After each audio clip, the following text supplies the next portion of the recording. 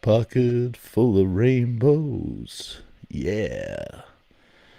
Pocket full of rainbows. How we doing tonight? I got to tell you, I am so happy to be talking to you on this microphone again. She's back. The big boom is back in business. I'm so happy. I'm the happiest guy you ever met. It's like I got a pocket full of rainbows. If I if I was with Joe, I'd have a pocket full of rainbows. I gotta tell him that next time. Pocket full of rainbows. Hey, hey now. Couple of housekeeping things. We got a guest waiting in the wings to pop out. We're gonna do that. Probably already know who it is. Hello, Stoker. Stokey Stoker. You guys let me know if I'm not sounding good, but I know I'm sounding good because I tested this shit. Go check it out. I did a little test broadcast. I talked about a really interesting, funny story about Screamin' Jay Hawkins. I know we got a lot of Screamin' Jay Hawkins fans in the house, so check that out. That's on the channel as well. Big thing to talk about. We're going to talk about it more with our guest when he pops out. We're doing a show in Lodi. Yeah, at the VFW. It's presented by They Came From Lodi, or whatever you want to call that banner. They Came From Lodi presents. It's going to be a lot of fun. I'm going to try and tell some jokes. Oh, we got somebody else who was at that show. We got Hot Tub Rob, a.k.a. B-Mac. What's up? Hey now. Pete's back again. Pete was with us this afternoon. Hi, Droid. I know Rue Morgue was here earlier because it's a pocket full of ruse. Let's start off with the theme song because that's how we like to start our show, right? That's how we should always start the show. So I'm going to do that right now. I'm going to be recording a new theme. So no, we have the music. I have to record the lyrics for the new theme, and then I'm going to shoot a new intro. But the date and time as to when it's going to premiere is yet to be seen, as I am a busy man with way too many fingers in way too many pies. I should start putting my toes in pies as well. Here we go. Jeff is gonna talk about the Misfits right now. He's a nerd about this stuff, obsessed anyhow. Jeff never shuts his face, always needs to talk. Might be some weight if he went out for a walk. Do you think Danzig cares? He doesn't care. He's not into ranch.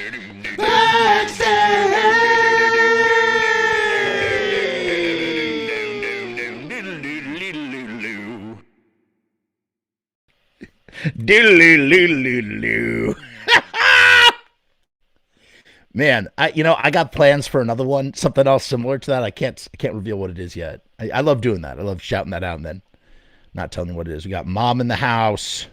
Chris, what's going on, Chris? There's Rue Morgue. Everybody's in town. That's good. So as I was saying, we're doing a VFW thing. We'll do that. We'll talk more about that in a second. Let me bring him in now. I might as well. He's just sweating backstage. He's got the stage fright. We're gonna help him feel comfortable. Hold on one second. We'll bring out Robby Bloodshed. Hey, Robby. Hey, what's going on? I need to get like some sort of applause thing. You need one of those radio buttons where you could just have sound effects ready to go. Is that what it is? It's like a keyboard, right? And you just hit, everything's pre-programmed. That's what I need. Yeah. That's what I need. Truly. People love the opener. I'm so glad people like the opener. It makes me happy. It has its funny little charm. It's classic. It's a classic. So before we dive into our main topic, let's first talk about the show. We got Chris. Chris is in the audience as well. What's up, Chris?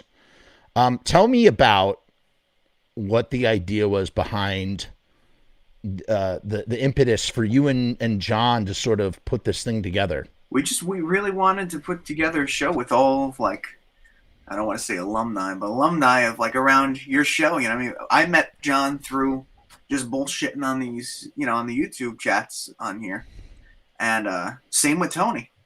Right. So and Tony as well. it blossomed into something cool. You know, and we were like, we got to have Jeff involved in some, you know, we got to have him involved. It's we all met through him, you know. So it should be interesting. It should be fun, you know. I'm excited. It's a DIY effort. You know, I'm bringing the PA system. John has the door guy. I rented the hall. There's no actual promoter behind it. It's just all of us collectively putting together a show, you know. Well, I mean, promoters these days, it's hit or miss with promoters sometimes, right? It's very far and few between that you find an actual promoter. Right. Like, because a promoter's job is to promote the show, but what ends up happening, and the same thing, we deal with the same thing in the indie world, where you have the indie film world, or whatever you want to call it, where you have the same problem with distributors. They'll pick up your movie. They're not going to give you guys have guarantees. Well, we have guarantees too, except they're called money guarantees. You get it. It's an upfront guarantee. They don't do that for indies. They give you a back end split, and they usually have a marketing cap. Yeah. You know, costs associated with marketing stuff that they're not actually doing. We got Christopher in the house. How are you, Chris? We'll see Chris tomorrow night. I met Chris on Saturday. I met Chris. Oh, did you? That's right. Chris was there as well. Right, that's the Chris. Chris. Christopher Jimenez. Yeah. Okay. Yeah. I met him briefly. Nice. Yeah. We guys, tomorrow night, Chris and I will be reconvening for Sinful Celluloid episode number 8. We're going to be talking about horror movie soundtracks. I'm very much looking forward to it. So make sure to tune in tomorrow night for that. It's going to be a lot of fun. But we were talking about promoters. Yeah, you know what the thing is, like, a lot of the times now, especially New Jersey, New York, they want you to sell tickets no matter what. I'm one of those guys that if it's for a band that I actually care about and is noteworthy, I will sell tickets. In New Jersey, I usually don't have a problem getting rid of them. But if it's for a local show, I have no reason to sell tickets, because as this show will kind of, not that I'm not a rock star or a celebrity, I'm not bringing in thousands of people, but there's no reason I would have to sell tickets at just a local New Jersey show if I'm playing by myself. Like, it doesn't make sense, you know? What you mean to say is that you don't have a problem drawing locally, which no, not at all. No, makes total sense. Why would I have to? I feel like it's a cheat to have to sell tickets for someone who's going to be banking off what I bring, you know? Right. I mean, it's basically making the artists sort of do the work, and at the end of the day, they don't really end up doing much of anything. They're glorified middlemen, exactly, who wet their beak for no reason. So it's like this return to, this notion of sort of putting on a show yourself. The old DIY punk rock method makes perfect sense in this day and age. It's caused a lot of filmmakers to recontextualize YouTube, and how people don't realize that YouTube is essentially a global broadcasting platform.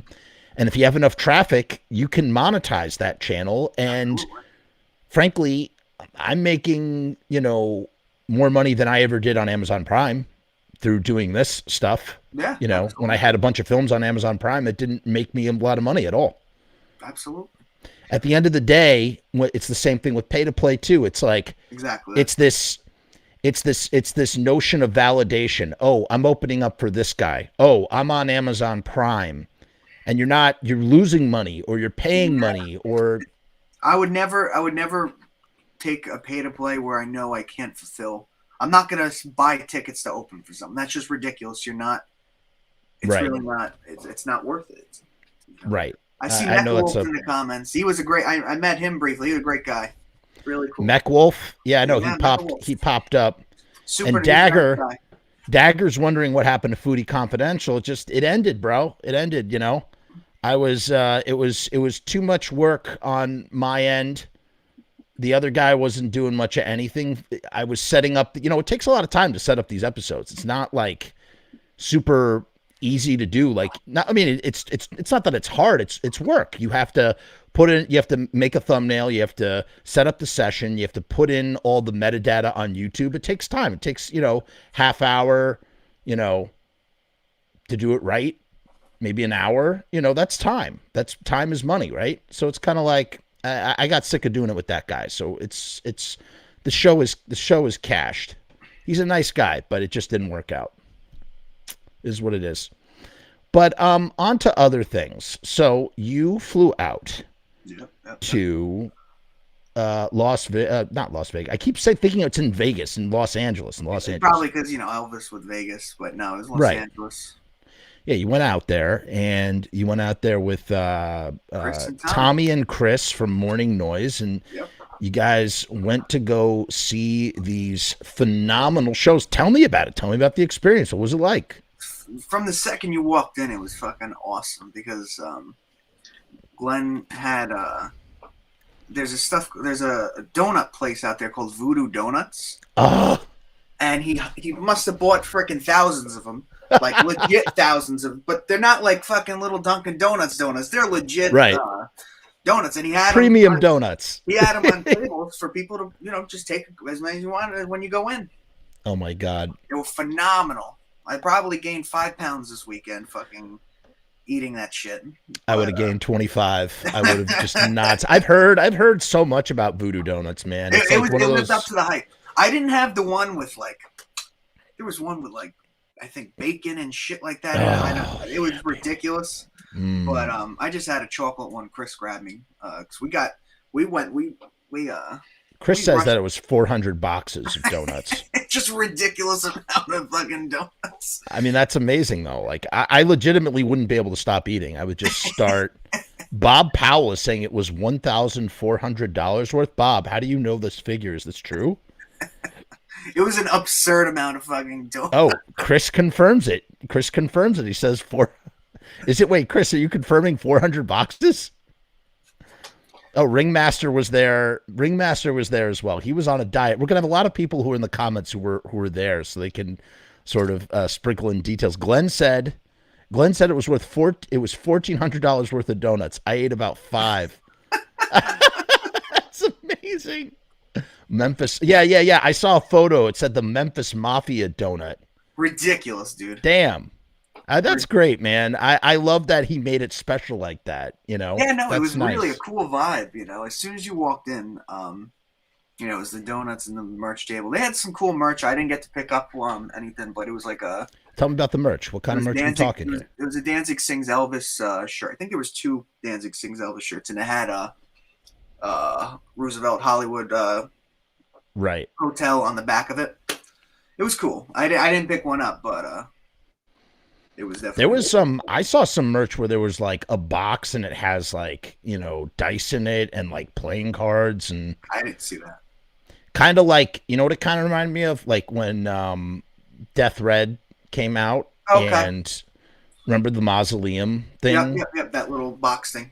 Yeah, which I didn't pick one up. I don't even know what it cost, but I heard every single person that got it broken. Basically, like 80% of people. Well, that sucks. But he's pretty good about like the quality of his stuff in general. But what really made that set feel like a letdown is that there was no vinyl. If he had put a vinyl in that mausoleum, I would have definitely picked up. It would have been worth whatever the price tag was, because I bet I picked up that red vinyl of Death Red. I just bought it because I just wanted to have it on vinyl. And then I think it was Tanner or somebody was like, yo, that's worth $100. And I was like, what? I bought a vinyl, the Death Red. I think it was I forget what 7-inch it was, but it was a 7-inch. He was selling them for dirt. I think it was like $10. It was dirt cheap at this place called Vintage Vinyl that unfortunately went out of business about 2 months ago. It's one of the best. It was probably the best record shop in New Jersey. Yeah. And he did a signing at it, and that was the first time I ever met him. Who, Glenn? Yeah, Glenn. Oh. He was doing a signing. I was like 13 years old, and he was super nice. He was friendly to everybody. It was cool.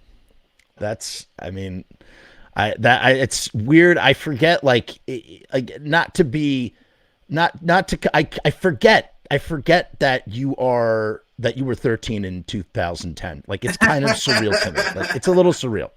I don't want to be one of those, guys who's like, oh, age, blah, blah, blah. I hate that shit. I hate it myself, but it just it'll happen to you too. Somebody will, make a reference to something in the same way that I think, I think it was Chris Morantz in the comments, who posted something from 1985, or maybe it was he posted an article from Lodi on my birthday in 1982. So I was -3. And I made a comment about that. That's awesome. I was like, yeah, I was -3.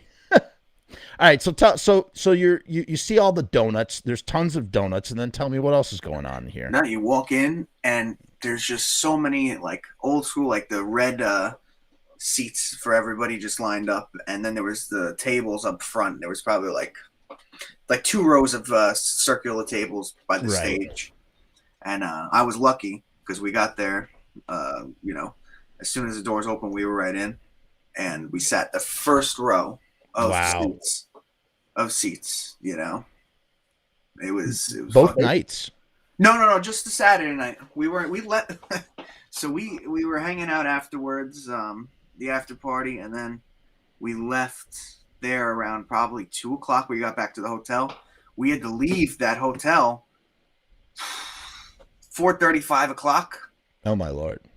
So it was literally, and that's a whole different story. What a disaster. I would never voluntarily fly United again. United sucks so much. I have that problem. Yeah, we'll take some call-ins in a bit, Chris. We could do that in a little bit. Be interesting to hear some other perspectives.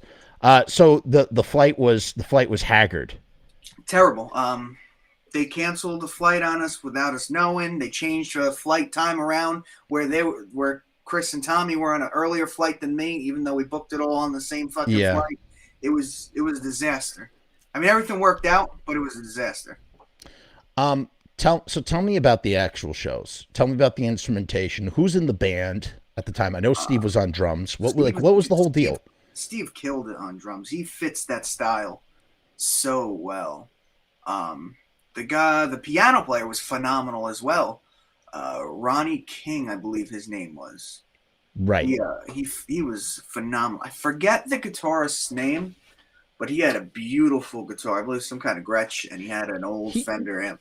He's a known guy. I've never heard of him either. Jesse something. I have his name in the description here. I'm not familiar with him. Whoever he was phenomenal. Phenomenal. This isn't a knock on Tommy Victor, but this guy was the guy for this job because Tommy does the metal stuff, Right. This guy, he was perfect. Everything about his guitar playing, the tone, it was perfect for what this was. Jesse Dayton, yeah. Steve says it's Jesse Dayton. He was phenomenal. He really was. And I guess Steve could answer this question too. Was Steve playing with the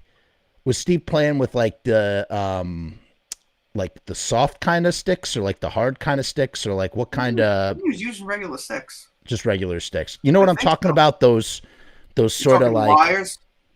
Yeah, just like for like the softer sort of. I'd imagine there's some sort of instrumentation on Danzig Sings Elvis that I had brushes around. I was trying to find it. Yeah, they're brushes. They're called brushes. Yeah, brushes. I don't think I'm not sure he was using brushes. That's interesting. All right. So what's going down? There's no opener, right? There was. There was an opener. There was a cello player. Wow. Playing some like classical stuff. It was really cool, and it was like a cello through like a fuzz box of sorts. Like it was strange. A fuzz cello. It was very very strange, but it was cool. It was very cool. He played for about 20 minutes, and then he went off. I guess he was just like as people were walking in, he was playing.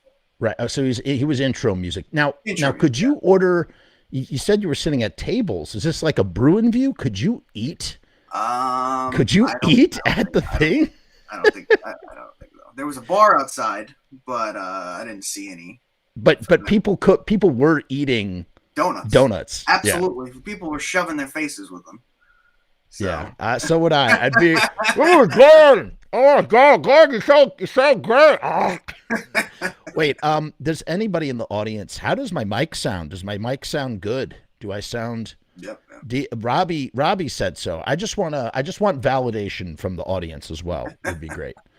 The producer, okay, check this out. So Chris says the producer from Veronica and Death Rider was the cello player. Is that what you mean by that?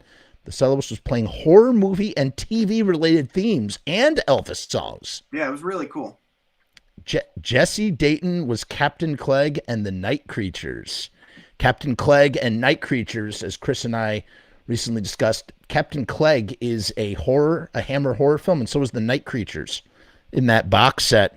I agree, man. Twin Temple, that would have been a great opener. I'd just like to see Twin Temple open for Danzig in general. Who's Twin Temple? Oh, Robby, you are going to love Twin Temple. When you get off, there's two bands you're going to check out. Okay. One, I've already told you to check out, and that's X. I want you to listen to a lot of X.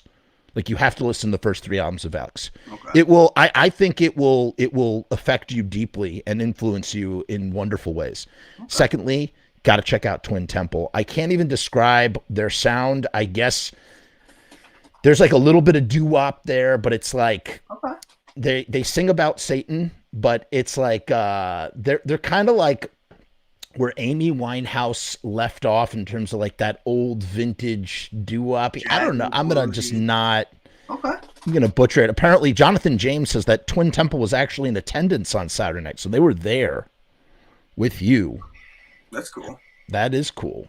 All right. So you got the... what's his name too? Jerry Cantrell was in attendance. Oh, he was? Yep, he was. That's pretty cool. Who else? Did you see anybody else of note? Any... Trying to see, that was all I remember, I believe. So tell me about the show. So the cello player plays. Everybody's eating these delicious voodoo donuts that I've still yet to try. I tell you, next time I go out to LA, I'm going to get voodoo donuts, and I want In-N-Out burger. And by the way, if you are just joining us and it is your first time, please make sure to like, share, and most importantly, subscribe to this channel. We talk and revel in all things Misfits, Samhain, and Danzig, as well as all kinds of music and movies on this channel all the time. So make sure you subscribe. I'm sorry. Continue on, Robby. No, so yeah, as soon as Glenn came out, they broke right into One Night. That was awesome. It's as soon as they came out and they started the the crowd went fucking bananas. Okay, honest question. For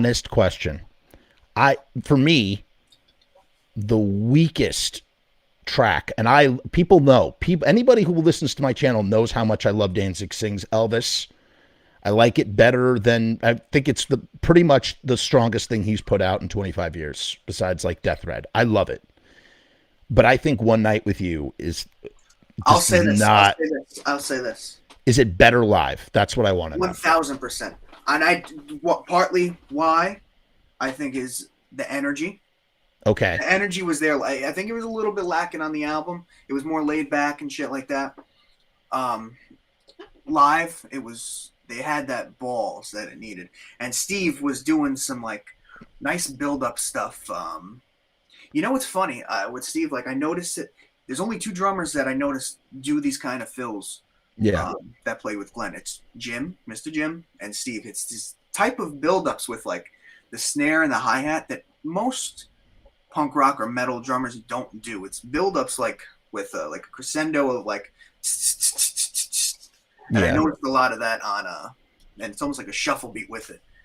And he was doing that with One Night that I really enjoyed it. It gives like such a different dimension or dynamic rather with the building up of the choruses and shit like that.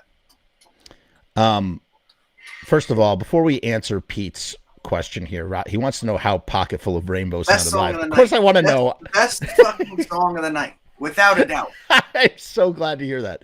But what's nice to talk to you about, because you're a musician and you play all these instruments, it's nice to be able to hear you break them down in terms and sort of mechanics, or you're observing things that maybe somebody who casually has seen the show might not recognize. So I appreciate that. That was the first thing I noticed with, like, there's a classic build-up from the verse to the choruses of One Night, and it's something that Mr. Jim does, and it's something that Steve does. It's the only drummers that I noticed with Glenn that do it. You know, you could hear it. Classic examples of it are like the Samhain version of Horror Business. The build-ups are with the snare and the crashes going pop, pop, pop, pop, pop, pop, pop, pop, pop, pop. The only other drummer who did that was Mr. Jim with, like, the ending of Attitude. It's not a classic tom and snare build-up. It's a ride and a snare build-up. No other drummers with Glenn have ever done that kind of shit. And I love it. What's interesting that you bring that up, because, you know, one of the, I don't feel out of turn saying this, but Steve is a big Misfits fan, right? Yeah, Steve loves the Misfits, and Steve loves Static Age, and therefore it makes perfect sense when you put two and two together, man. Like that, you know. Absolutely. Steve loves Mr. Jim's playing on Static Age, so, you know, maybe there's some DNA found its way from there into there, you know. Probably. You never know. You never know. What are you drinking tonight, Robby? You got a seltzer? I got some. Yeah. Oh, dude, we're Lime Brothers. I got the Wegmans brand. Wegmans is good. Wegmans good. Yeah, Wegmans is okay. I'm actually, that's not true. I love this. This is like crack to me. Lime seltzer is so good. I love lime seltzer. I love lime seltzer. I'll tell you, guys, there's 0 calories in this. You can drink as many as you want, and it's not going to give you a beer belly. Nope. It's really nice. It's really, really nice. And you could drive a car afterwards. It's cool. I listened to it about 200 times, Chris. Because you were just reveling. You were reveling after seeing it live. You had to just listen to it on the record. See, Chris and I are freaks where we will just listen to a song like on repeat about 1,000 times. Me too. Like, Me too, of course. Bam, bam, bam, bam, bam, never stopping. Because, you know, when you really find a song that clicks, you just want to listen to it over and over again. And again, you know, for some who have heard me talk about Danzig Sings Elvis ad nauseum, this is just going to sound redundant, but that's what this tonight's show is all about, is about Danzig singing Elvis. And Pocket Full of Rainbows is just one of the, it's so good. What really makes it, now here's the thing, how do they, because here's what it sounds like on the record. The percussion is really sort of outrageous. Can you describe what it was like live? Like, what is going on? It was in your face. It was in your face. No, but what is he doing? What is Steve doing? How are you getting that? He's doing with the kick and then the snare. He's in like a rim shot of the snare, like a pop, pop. Yeah, okay. It just sounds really, it's the same thing with, maybe it's Fever as well. There's like Fever, the toms on Fever that Steve was doing sounded so massive. He's going boop, boop, boop, boop. It's like a John Bonham sound of like boop, boop, boop, boop, you know? Oh my God. I bet it was great, man. Oh, here's the $45,000 question, of course, because we know Glenn's voice is not what it used to be. It's not. He was at his peak powers in the early 90s with the first lineup of Danzig. That's when it was at its most powerful. That's when he was like a powerful lion, right? Yep. And then his voice declined in various different ways and formats. And we all, you know, I do my impression of Glenn with his rasp and whatnot. And his voice is not what it used to be. However, when he sings the Misfits songs, he's using different vocal cords in his neck that are not affected in the way that they're affected when they sing Danzig material. Absolutely. Those Misfits songs sound perfect, even now. I mean, again, as I've said, nobody sings those Misfits songs like Glenn. So, here's my question. Here's the $45,000 question. What does it sound like when Glenn is not doing that Danzig style material and he's not doing that Misfits style material? Sorry, go ahead. No. I think he should honestly, like, I love the Misfits stuff, and I love Danzig stuff. Mm-hmm. He should sing mellow songs obviously he could do whatever he wants, but I think when he sang it really mellow and like he's not forcing his voice to strain, you know what I mean? It's like Jonathan just said, it suited his voice perfectly because he was able to embellish on like certain notes without like really stretching for it, you know what I mean? It was just taken aback a bit, and it sounded really nice because it when he does the Danzig stuff and he really has to reach for certain notes and shit like that. And also it's the speed, right? Like the tempo is, he's got to go, keep going. Yeah, B-Mac said there's no rasp. There really was no rasp. I couldn't believe it. Because you think, even his talking voice, maybe because, I know when I sing, if I'm getting hoarse, even my talking voice will be hoarse. Right. It wasn't. It was crazy.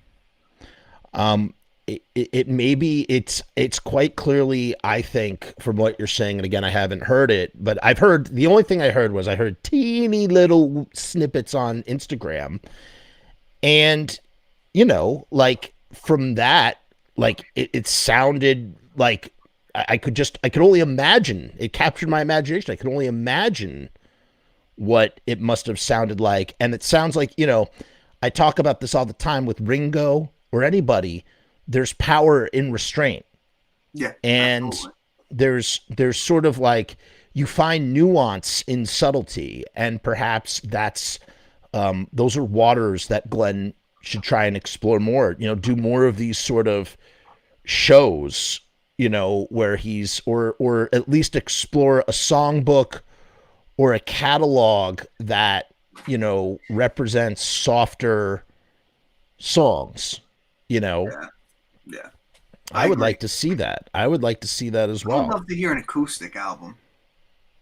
Yes. Not songs done acoustically. Like, I don't want to hear like Mother acoustic. Like, I'm not saying that. I mean like writing songs acoustic. You know what I mean? Dude, me too. Like, don't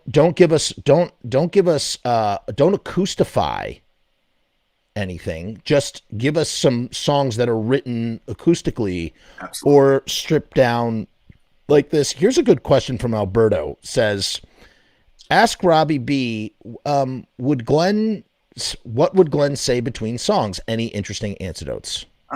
There was when he finished Fever, he goes, I'm sure all your parents used to listen to that one, right? He goes, I'm talking about the Elvis version, not that other shit version. I'm talking about, that was funny. Well, it's interesting. Yeah, sorry, go ahead. Continue. No, I'm trying to think.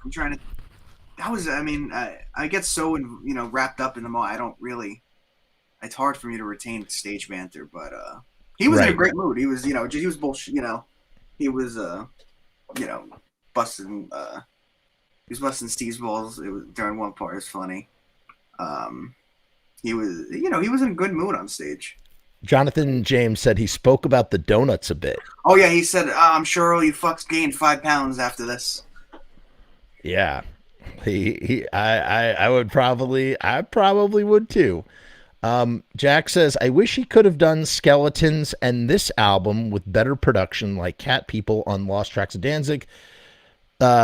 That track sounds absolutely great. I got to tell you, man, as a guy, I am a guy who loved the production on Danzig Sings Elvis and was not a fan of what he was doing on Skeletons. So I feel like whatever he was doing, it's almost like because he was covering other people's songs, covering Elvis's songs written by other people, that it was almost like he's going to go outside of his normal comfort zone and box production wise, which I received very well. I was like, yes, great. B-Mac said something that happened. Glenn sang a verse of Blood and Tears. Acapella too? Somebody screamed it and he goes, me and him know it, talking about Steve, but these two don't know it, so I'll sing a little bit for you. And then he sang it a cappella for a little bit. He's a really good mood to do something like that. Yeah. BMAC says before Rainbow, he said that no one expected him to do this one. Yep, yep. And you want to know something? Yeah, Caught in My Eye, Pete. He did Caught in My Eye by the Germs. You know, that's what I love so much about the record is that we talk about this all the time. Oh, you guys want Danzig? You guys want some more Danzig 4? Here's Danzig 5. Oh, you want Danzig 5? Here's Danzig 6. Jerry Montano talked about that. It's like, okay, I'm going to do an Elvis record. I'm going to do a song called Pocket Full of Rainbows. I'm going to go do a song like Black Hell and Skulls and Daisies. You know what? Fuck that. Pocket full of rainbows, baby. I love it. I love it. Jonathan James would have liked to have heard Trouble. I thought he would have done Trouble. That kind of. I was hoping for Trouble. I was hoping for Blue Christmas or something. I know it. The Misfits version of Blue Christmas was awesome that he did. Yeah. And you know what else they used to do back in the day? I believe they did Heartbreak Hotel as well. That would have been cool. They did Heartbreak Hotel. Don't quote me on that, but I think so. I just remembered something else he said too. I believe it was before Love and Arms. Yeah. He's like, I don't know if you guys know, but Elvis was the first one to really combine country and rock and roll, that hillbilly shit, something like that. And that's when he went into Love and Arms. It was that one is probably a highlight of the show too. That one was really cool. I just love that he took such a risk at this stage in his career to do something like this. I just think it's really, truly great. Yeah. And it's kind of interesting to think that he's doing songs that Elvis sang. It's a vocal album. I saw, I don't know where, I think the guy Jack was saying something about, he was talking about the production or stuff that bothered him. I think what he and many people fail to realize about Danzig Sings Elvis, this is not about instruments at all. A lot of Glenn's music is not about instruments. The Misfits stuff is not about instruments. It's all about the voice, dude. It's about a voice. And this album is a voice album. It's a vocal album. It's an album to showcase singing. Nobody cares about the anything else is just an accompaniment to sort of wrap around the voice, I think. Absolutely. So, there's that. Okay, so he played a bunch of songs that are not on the record. I'm trying to think. I had it. I had the set list that somebody, I forgot to shout them out. Have to shout out this person. Hold on, because I took a screenshot of their set list that they got from the show. Wait a minute. She Thinks I Still Care. Okay. When It Rains, It Pours. Yeah. First in Line. CC Rider. Little Sister. Those are some of the ones. Here's the full set list. I have it right here. Shout out to Cameron Karsrud from the Seventh House, who snagged a set list, and I screenshotted it and put it in the thumbnail of this video. Here's the full set list, and then tell me anything that pops out to you, Robbie. One Night, Baby Let's Play House. That was fun. That was a fun one. Lonely Blue Boy. Is It So Strange?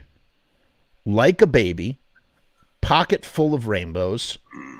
Girl of My Best Friend, which I freaking love that song. Great song. That one was really good. That one I specifically remember. Young and Beautiful is a great song too. That Young and Beautiful. Fever. Loving Arms. Awesome. Always on My Mind. She Thinks I Still Care.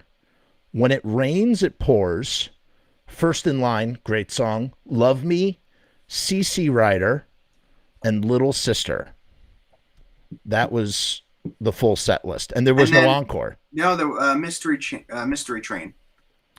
Mystery Train was the encore. Yep. Oh, interesting. Yeah, Mystery Train. Interesting. I gotta tell you, I really think, I hope that he just sort of takes this show out, or this, you know what Glenn likes to do. He likes to do one or two. He dips his toe in the water. He sees how it's received, and then he does more. If it, you know, if everything ticks all the boxes, right? Mm-hmm. So, who knows what's going on, Chris? Mystery Train, Tiger Man. Yep. Now, what's interesting too about Elvis, what people don't realize about Elvis is Elvis was a dude who, yeah, oh my God, I know that a Blue Moon would have been interesting to hear him do, for sure. I mean, a lot of my exposure. Were you a big Elvis guy before or during? Did you know? I know the hits. I don't really know any deep cuts from Elvis aside from Danzig Sings Elvis, which is all friggin' deep cuts. I mean, dude, me too. I know. I literally, a lot of the songs on Danzig Sings Elvis, my first exposure to those songs was listening to that Danzig Sings Elvis record. Yeah. There is a great Spotify playlist that someone put together of the Elvis originals for those of you out there who are like me and aren't familiar with I'm a Beatles guy. I know it's See, I put Elvis diverse. in the same kind of category as Frank Sinatra, except personally I like Frank Sinatra a lot more than Elvis. I love Frank Sinatra. It's one of those things, like, he's a great voice and a great stage man, but they don't write any of their songs. You know what I mean? They're the face, they're the voice. I mean, they're singers and arrangers. Both Frank and Elvis were arrangers, but they were not singers. No, songwriters. Yeah. Because they both, I mean, obviously you can't. They're both freaking phenomenal singers, vocalists, but yeah, they didn't write any of their own songs.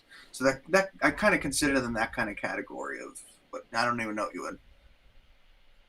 Now, you know what's interesting, and this is what's so interesting about a guy like Elvis, is that we just said he didn't write any of his songs, but he did do something. It was this very sort of, some might consider it to be a Faustian bargain. Others would consider it very pragmatic. Some people would, criticize Elvis or whoever for this.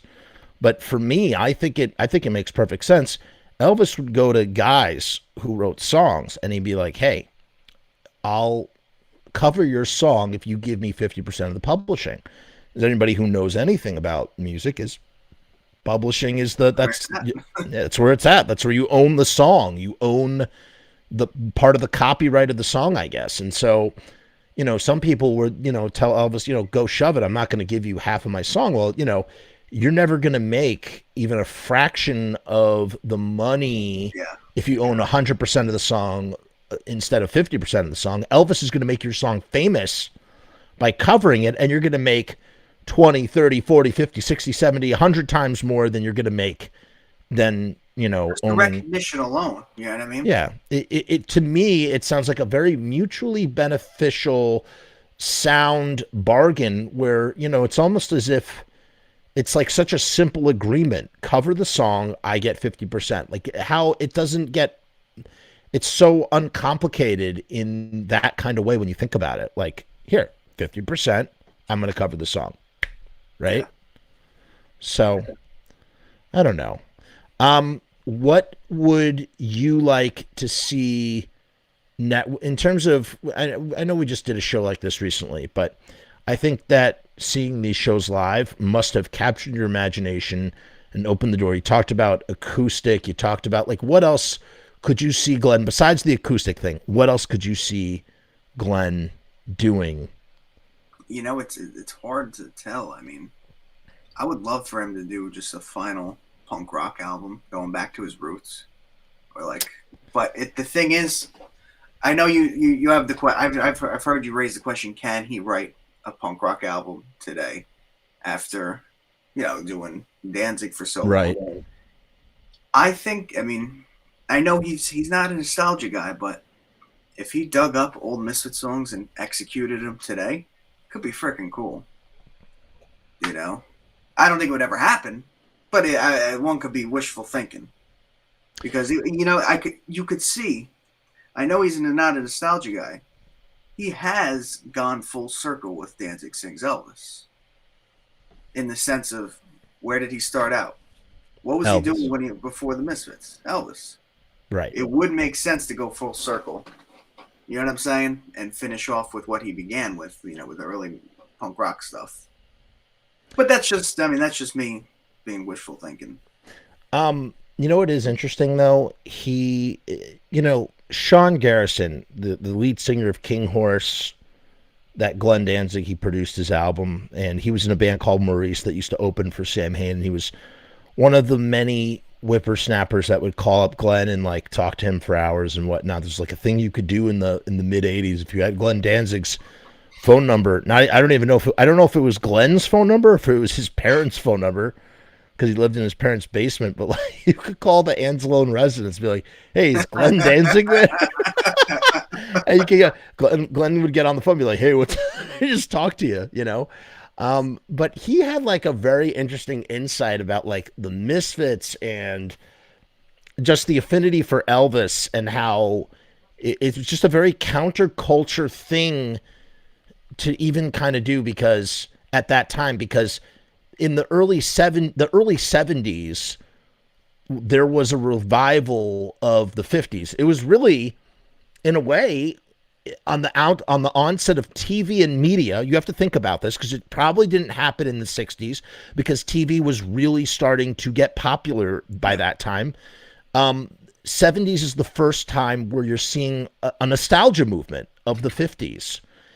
With shows like Happy Days, right? You get Happy Days. Happy Days was super popular, and that's what Sean talks about in this Little Fiend series that he did on his online and whatnot. And what's interesting is like the notion that, while all these kids are getting into other stuff, that Glenn, or these kids in New Jersey are fixating on Elvis and stuff, and that's supposed to be not cool, Yeah. But that's what they had an affinity for. And Glenn's sort of sound, some of his sound, besides like the Doors, we've talked about how heavy the Doors hang on early Misfits and whatnot. Absolutely. But like, just this idea that sort of Elvis was not cool to be into at that time, and yet it was like almost going against the grain. I've said before, Samhain is like, if Misfits are pop, Samhain is then anti-pop, and it's like the same kind of thing, man. It's like, we're gonna do the anti thing. It's not necessarily counterculture. It's just pure contrarian, Yeah, I don't know. Absolutely. I don't know. I know exactly what you're saying. Danzig Sings ABBA. That would be something crazy to see, truly. Oh my lord. Dan says every album in the style of the song Devil's Angels would be cool. So what else is happening at this show this weekend, Robby? Like on Saturday. So trying to think what so when they I'm trying to think of what's the best way to describe the atmosphere, because that's really about the show. Yeah. Oh, okay. Yeah. Tell me about that. That was most important, I think, about this. I don't think if this was in a Starland Ballroom or a Nokia Theater in New York City, it wouldn't have translated as well. I think because it was such a small environment, it was such a blast. You know what I'm saying? I don't think it would translate as well if it was a huge event. You know what I mean? It was just something about it, Could you imagine? Bob says, I'd like to see him do some sort of spoken word to her. Could you imagine Glenn just being like, yeah, I like skulls. I like hanging them on my wall. Different types of skulls. What did he say in the Pusshead interview about animals? Something about like animals. You don't know how dangerous an animal is. I just see a whole sort of. Or that he is. He is whatchamacallit, he can control things with his mind. Right, of course. We all know that. That's very on brand. Do just sort of speaking to the audience about the variety of various thing, occult roots and whatnot, and yada yada yada. Be very very interesting. The Crystal Ship and Peace Frog. Yeah. I would love to hear him do that live. Crystal Ship. Could you imagine? You think he could tackle those songs today? Those Doors songs? If he was doing everything real gentle. I would love to hear him do some Doors. I'm sure he could do it. I'm sure he can. I mean, it would be interesting to hear. I would very much like to see it. I think it would definitely work. What else did you do while you were in Los Angeles? You went for some bike rides. You ate some in and out.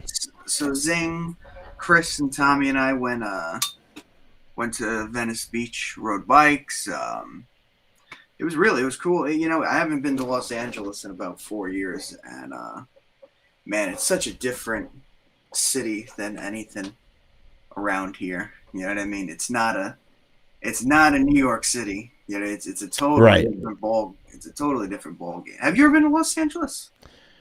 Very. When I was young, when I was very very young, my grandparents used to sort of be out there. They lived out there, and then I went back when I toured with Blitzkid. Mm-hmm. And yeah. That was basically it. I've been wanting to go back and just sort of like casually enjoy Los Angeles for some time. It's. I know it sounds crazy to say, but it's a very dangerous place. Hanging out. Really, you felt that way? Oh yeah, like especially walking down certain streets, it looks like a war zone. In New York City, the homeless usually leave you alone, and they're very, they're elderly. The most they'll do is ask you for some money and stuff like that. Los Angeles, it's a different ballgame. Like that, I don't know what the solution is, but they're very, like, I feel like they'll go after you. You know what I'm saying? It's not like New York City. Not that New York City's super safe or anything like that, but you know what I'm saying. As a New York, I know you live upstate New York, but. Oh, come on. Yeah, you know what? That's fine. Let people think I live in upstate New York, actually. That works. No, but it's different. It's not that New York City, they don't bother you, you know what I mean? Everybody goes about their business. The most they'll do is ask you for money. I feel like in Los Angeles, man, like, it's a war. It's pretty insane, Bob is saying that the audience on Saturday was 100 times better than the one on Sunday. The audience Saturday night, it was just, people were going insane. Really? As soon as one night came on in the beginning, it's just a roar of screaming. I love that. It gave you chills. It really gave you chills. For Elvis, no less. I know, it was just, dude. I've never been in a. I don't know if maybe it's because shows haven't been happening, so people are just super excited too. I mean, in addition to it being Danzig and only 400 people or whatever have you, I don't know. Maybe people are just super happy to see a show again. That was the first. I think that show you're I saw right. in a while. You know what? Actually, Saturday's show is going to be my first show since December 2019. Yeah, this will be. That's crazy. This will be my first New Jersey show since 2019 as well.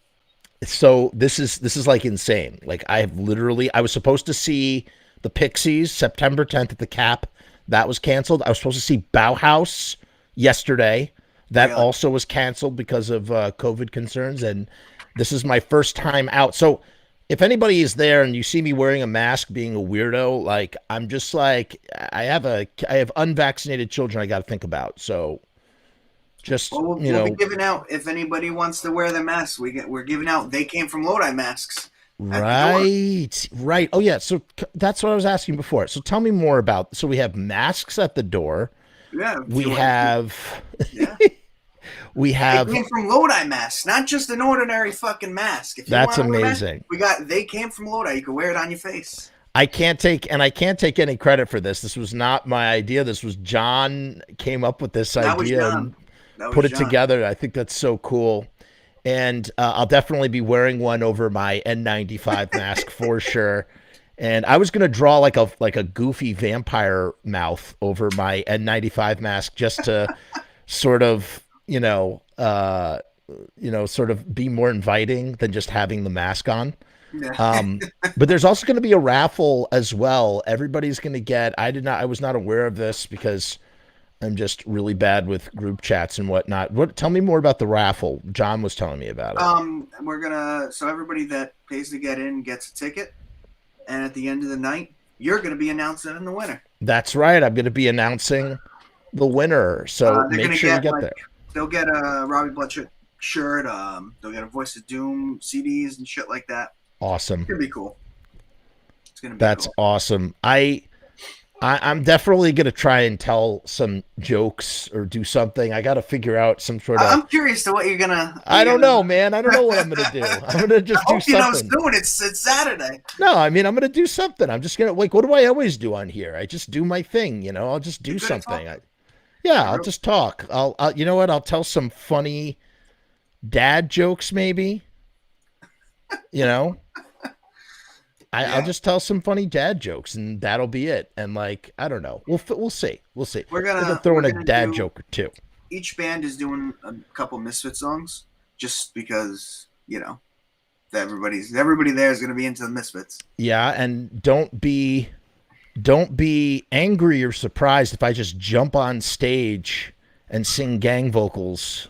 If I grab a mic and just start singing gang vocals, because it might happen. I'm not saying it's going to. I don't think you could sing gang vocals on In the Doorway, though. No, you can't. Okay. All right. So fine. Robbie already Jeff proofed it. He picked a song. No, we're doing only keyboard songs. It's just like, whoa. What are you doing, Jeff? Shut up. Oh, in the doorway. It won't work. No, we're doing a keyboard set in the middle of our regular set, and it'll be Misfits songs on keyboards. That's great. So like 77 style. I know that Voice of Doom has prepared something as well, because I think John, the other John, not John of Doom, Evilheim Steen, but John Steele mentioned that to me. Have you ever met John Steele? I have not. That'll be cool. You will really like him. He is an awesome dude. He came on the show. We had a great episode. That was really cool. That was really cool. I clipped that up. For anybody who didn't see that episode, go check out the John Steele episode. But he was around when Ruben was really influencing what was going on. And boy, he gave me and whoever else was watching some serious insight as to how things changed per Ruben's sort of vision and design. I was glad I was listening, and I observe everything and anything Static Age. I was glad he pointed out that Glenn also plays guitar on that album, and that in the outtakes you could hear two different guitars stopping. You could hear it specifically in the outtakes. Yeah, Attitude. I did say that, and that. But you confirmed that. That's true. Yeah, you could hear on Static Age, especially if you listen with headphones. The intro guitar, there's a false start because Jim stops too early. You hear the one guitar end on this end. You hear one guitar end on this end. There would be no reason to have an overdub of a false start. You know what I'm saying? There would be no reason for Frank to go back in, play guitar for a song that is 5 seconds because it doesn't. You know what I'm saying? So Glenn is uncredited second guitarist on Static Age. There is some credits. If you look on YouTube, because they have to pay performance fees for whomever plays mechanical royalties. Exactly. You'll see on some songs he is listed as guitar player on Static Age, the album. You know what I mean? And it would make more sense. And Walk Among Us as well. Yeah. But So Doyle really only played. I mean, Doyle really truly only played on Earth AD. Yeah. Basically. You could hear too on Walk Among Us that it's Glenn. Especially compare Walk Among Us to Initium guitar style wise, like certain chords, it's very Glenn as opposed to Doyle. Then what about 12 Hits? This notion of Doyle and Bobby being together. You could hear on different speakers, Bobby and Doyle. Doyle's is very rudimentary. No, not even rudimentary, but very. He does it very. I will say, I'm not taking away anything from Doyle. He did a great job on 12 Hits for the guitar. Like, I don't think he did a shit job by any means. It's very. The treble is turned down on his guitar. Bobby has that classic, like, Johnny Thunders high-endy. Very Johnny Thunders. You know what I'm saying? Like, you could hear in one speaker as opposed to Doyle's. They're very uniquely different. If you listen, it's easy to tell with headphones. I used to be able to, in my old car, it'd be really easy to turn to right speaker or left speaker. So sometimes I would just listen to Bobby's side and then sometimes Doyle's side, and it's night and day. So that's funny. It's just like it's just like with the Ramones' first album. You can hear bass in one ear and guitar. I have no clue why they did that, though. Why? What is the point? What is the purpose of this? I don't understand. Not a clue. And you know what? That's a really dumb way of doing it too, because I had someone deconstruct Last Caress once. The studio, like isolate every single element, because I wanted to replicate. I can't divulge what it is for, but I wanted to replicate a static age mix. So I had this engineer, this guy who's a phenomenal mixer over in Germany. I had him deconstruct the entire mix. How does that work? Explain that to me. How do you deconstruct a mix? Because here's the thing, and maybe I'm thinking about this from a video perspective, and that's why it doesn't help me to understand. In stereo wave, you could isolate each side, like you could just listen to the left, you could in the right, and there's a way of inverting the audio. Wait a minute. Go back. Sorry. Rewind. Rewinding Robby for a second. There's a way when you have a stereo wave. Yeah, tell me visually. Do the visual thing. So here's a stereo wave. Here's the left side. Here's the right side. Right. You can isolate each side and then listen. Okay. But also, you're able to invert audio with certain DAWs, audio recording software. Right. Where you could invert it, and that's how people isolate vocals. So when you remove the vocals, you could really hear everything musically what's going on. So with like Last Caress, there's a couple songs where there's only one guitar, and what they do is they send one rhythm to another speaker with a slight reverb, so it's basically the John Lennon faking of double vocals, where because it's slightly off the time, you know what I mean, it's like a millisecond off. Yeah, that's double tracking. Yeah. Well, no. Double tracking, you would just do two guitars. You would record one guitar and then you would just record another guitar and it would create a stereo.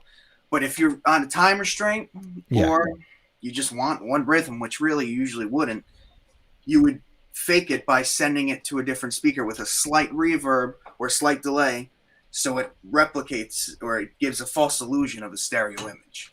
Oh. And that's what a bunch of the songs on Static Age have. Last Caress specifically, there's one guitar on that. It's not two guitars on there, which is weird. You always usually want two rhythms. Right. But yeah, there's a bunch of songs like that on Static Age where it's a fake stereo image with one guitar just getting sent to another speaker with a delay. So if I'm understanding you correctly, it's not two guitars. It's actually four guitars being sort of faked. See, this is where it gets messy. Like Attitude clearly has two different guitars. Yeah. But a song like Last Caress only has one. There's no making heads or tails of it. You know what I mean? So he did different things for different songs. I guess maybe different studio days. He just didn't overdub. I wish I knew, I wish there was documentation of this shit, man. I mean, anything, a photo. How could there not be a photo of it? One photo. No, you know what you would need? You know what you would honestly need? You would need the You need the isolated tapes. them. No, you need the boxes that the tapes came on. You know, that's the whole point of doing that. You know, if you have an engineer, the whole point of having, keeping records, like they did this with the Beatles. They could tell you, you can know, I have the book upstairs. You know exactly what burp was being uttered, on at 4 p.m. on March 23rd, 1967, because they just kept meticulous records. Obviously, this is punk rock. It's a little bit different, but those boxes probably have so much information. And I'm sure there is them though, because there are the boxes, because it was in the at least the track listing or from the master tapes is in that book. What's that book? Scream With Me. Right. Oh, yeah. It's in. Yes, it is in there. Somebody has those master takes with all of the, with the stems of each instrument. I'm sure. Yes, I think I know who. I think I know who. Just rotting away. No, not rotten away. Definitely digitally preserved. But yes, definitely digitally preserved. But yes, I would imagine. Yes, that it does. It's funny too. The whole thing about the baking of the tapes. I think it was said in the comments. Somebody was like, "You're wrong." About the, and I really don't. I have to revisit the story because I don't remember what was said in the interview. But the notion, maybe I have the story wrong, or the notion that when you bake tapes, it doesn't mean that it's necessarily going to disintegrate. And they made a very good point. If a tape is disintegrating as it's passing over the playhead, then what's pulling the tape, right? Yeah. Tape, that the playhead is not powerful enough to pull at the tape as it's disintegrating. Needs. Yeah, just because it's baked doesn't mean that it's going to disintegrate. It loosens it up. It loosens it up and keeps it strong for one pass. It would disintegrate if you didn't bake it. That's when it would fuck up. If it was if it went in like super dried out and shit like that. Right, that's what it is. It's dried out. Mm-hmm. Have you recorded? You've never recorded on tape, have you? Yes, but very select things. Like I never recorded like a full album on tape. Like we've recorded certain tracks and then fed them in digitally. Through analog. I have a reel-to-reel that we did that with. Okay, this is interesting. If you listen to the ending of the song, End of the Line from the album Running Out of Time. Yeah. That's through a reel-to-reel. Yeah. Oh, cool. So you've had that experience. That's awesome. B-Mac, aka Hot Tub Rob. I saw that. Hot Tub Rob. This guy's awesome, by the way. For anybody who doesn't know, this guy, he called into the show one day, and he tells me he just hangs out in the hot tub and he watches the show. He's like, yeah, I like watching the show. I'm in the hot tub. I was like, that's fine, like that's great. He just does his thing. He was sitting in the hot tub when he called into the show. Just wanted to say, hey, what's up? I like listening to the show. I'm in the hot tub. He's Hot Tub Rob. He goes by the name B-Mac, Hot Tub Rob, and his best friend, his name is Bob. It was Bob and Rob. It's really funny. But he says that there was a guy there on Saturday night who had a box of Misfit acetates, and he was trying to get Glenn to verify and sign them. You saw this, Robby? Yep, I saw the vinyl. He was showing Steve in the lobby, and I was looking at it. Holy crap. And, okay, you were looking at it too. The guy told us the story of how they got from the band to him. Do you know the story? No, Robby? I didn't hear him say that. All I saw was the actual vinyl. B-Mac, you got to break this down for us in the comments, buddy. Just let us know what it is. Tell us the story. What's the chain of, as they say when you're doing forensics or whatever, the chain of, it has to be a clean chain of custody. What is the chain of custody in this situation? Now, what's interesting about acetates, we haven't talked about this in a very, very long time. By the way, if you're just joining us for the first time, please make sure to like, share, and most of all, subscribe to this channel. B-Mac's about to break that down for us. Make sure you subscribe to the channel, folks. Acetates are kind of important because absolutely, you essentially might be, if you get a hold of an acetate, which only can be played 6 or 7 times, like a very short amount of times, because it's not meant to be played. It's meant to be a test, right? And it's usually for like rough mixes. Mixes. Not final stuff. Like usually you would take it home from the studio and be like, all right, what don't I like about this? What can we change about this? Right. It's a test. It's a And one-of-a-kind test. one of a kind with a one of a kind mix. So if you have an acetate that still can play and you can digitize it, you might you have this incredibly rare mix of something that nobody else has. Like, you could have something where the vocal is extremely high, or there's backing vocals that they decided to take out. Right. You know what I mean? Just like mind-boggling when you think about it. Here's the story. I'm gonna go through this real quick. Ready? Because B Mac is doing it. I love this. He's doing it in the comments like all crazy. Ready? Here, he says, "Here it goes." There was a hot girl in the area. They all wanted to hook up with her, so they gave her a bunch of crap. What? Apparently, she died young. That's really sad. Years later, her dad sold them, and this collector said he paid a fortune to go get them. But hold on a second. How did she? I don't understand. How did she get them? How did she get them in the first place? The band just. How could you? Where do you get acetates? I mean, that's something that like.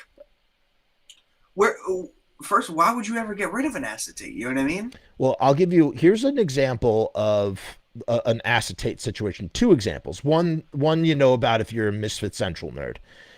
When Max's Kansas City was hopping and popping, Glenn came to Peter Crowley. Actually, I'm not sure if anybody really knows this story. Glenn came to Peter Crowley, who was the booker at Max's Kansas City, someone who I befriended many years ago. I helped him put on some of his Max's Kansas City reunions about 10, 11 years ago now. And Glenn came in and I believe he gave them one of the acetates for Bullet or for Teenagers from Mars or something. And that got put on the Max's Kansas City jukebox. I thought that was a CBGB's jukebox. That was the Teenager Static Age single. Pretty sure it was Max's Kansas City. Maybe it was CBGB's. I don't think it was CBGB's though. I think it was. It was the Teenagers from Mars /Static, and there's a couple. I think there was only 5 of those, right? Right, and one of them was in. I'm telling you, it's a Max's Kansas City jukebox. Yeah, you could be right. I could be right. Pretty. I think Glenn pretty had one sure. of those, and I know there was a couple collectors who had them, but they're super. I mean, don't get rid of that. Yeah. So, I mean, so you get a hold of one of these acetates in the example of Tank. Now, for those of you guys who don't know, Tank's actually going to be on the show in a few weeks. We're scheduling something. Jim, he's a really, really good guy. Someone I've known for many years. He's used to be. I mean, this guy. The only reason why people know what they know about all this stuff is because Mark Kennedy cataloged his collection when these two guys got together in Virginia or whatever. So Jim goes way far back. He was more in the Jerry camp of things, right? The Grimm auctions, right? Yeah, he went by the name Jonathan Grimm, and he had the Grimm collection, and he's going to be on the show. But he told me the story, and maybe he'll tell it again on the air. Who knows? Basically, they were I forgot where they were. They were trying to open a filing cabinet in George, maybe it was in George Germain's house or something, and they opened, or maybe it was at Pro Edge. They open up the bottom cabinet, and there are all these acetates just chilling there. There's Where Eagles Dare. There's Teenagers from Mars, and Jerry, being the gregarious, generous guy that Jerry could be, depending on who you are, Tank's just, and forgive me, I might be telling the story wrong. It's not my story to tell. But I guess Tank was doing a lot of chores and favors and hanging around. He was, looked up to these guys. They were his heroes. He was always helping out and doing stuff. And so Jerry's like, that gregarious, for the kids, gives him the, gives it to him, man. That record, I think, was later valued at like 10 grand or something. I don't know. Today, I mean, now it's priceless. I mean, you have to think about these collectibles. They're priceless, dude. Like Harley Flanagan, many, many years ago, before he got his whole stabbing thing, I used to correspond with Harley a bit, and he was trying to sell his it wasn't a Devastator bass. It was just it was a bass that was used to record Walk Among Us. It was one of Jerry's Rickenbacker customized basses. You've seen pictures of it probably somewhere online. He was trying to sell it. He was trying to figure out how much it was worth. And I called up Jim, and I said, Jim, Harley Flanagan has this bass. How much is it worth? And, you know, he was, you know, it was so funny to hear Jim meticulously pour over the details. He's like, well, it's a model of Rickenbacker that is no longer made. It's customized by the guy in the band, and it was used to record Walk Among Us. So it's priceless. Like, there's no price. Like, you can't put a price on something like that, especially wait 20 years or 30 years or whatever, you know, knock on wood, when everybody's long gone.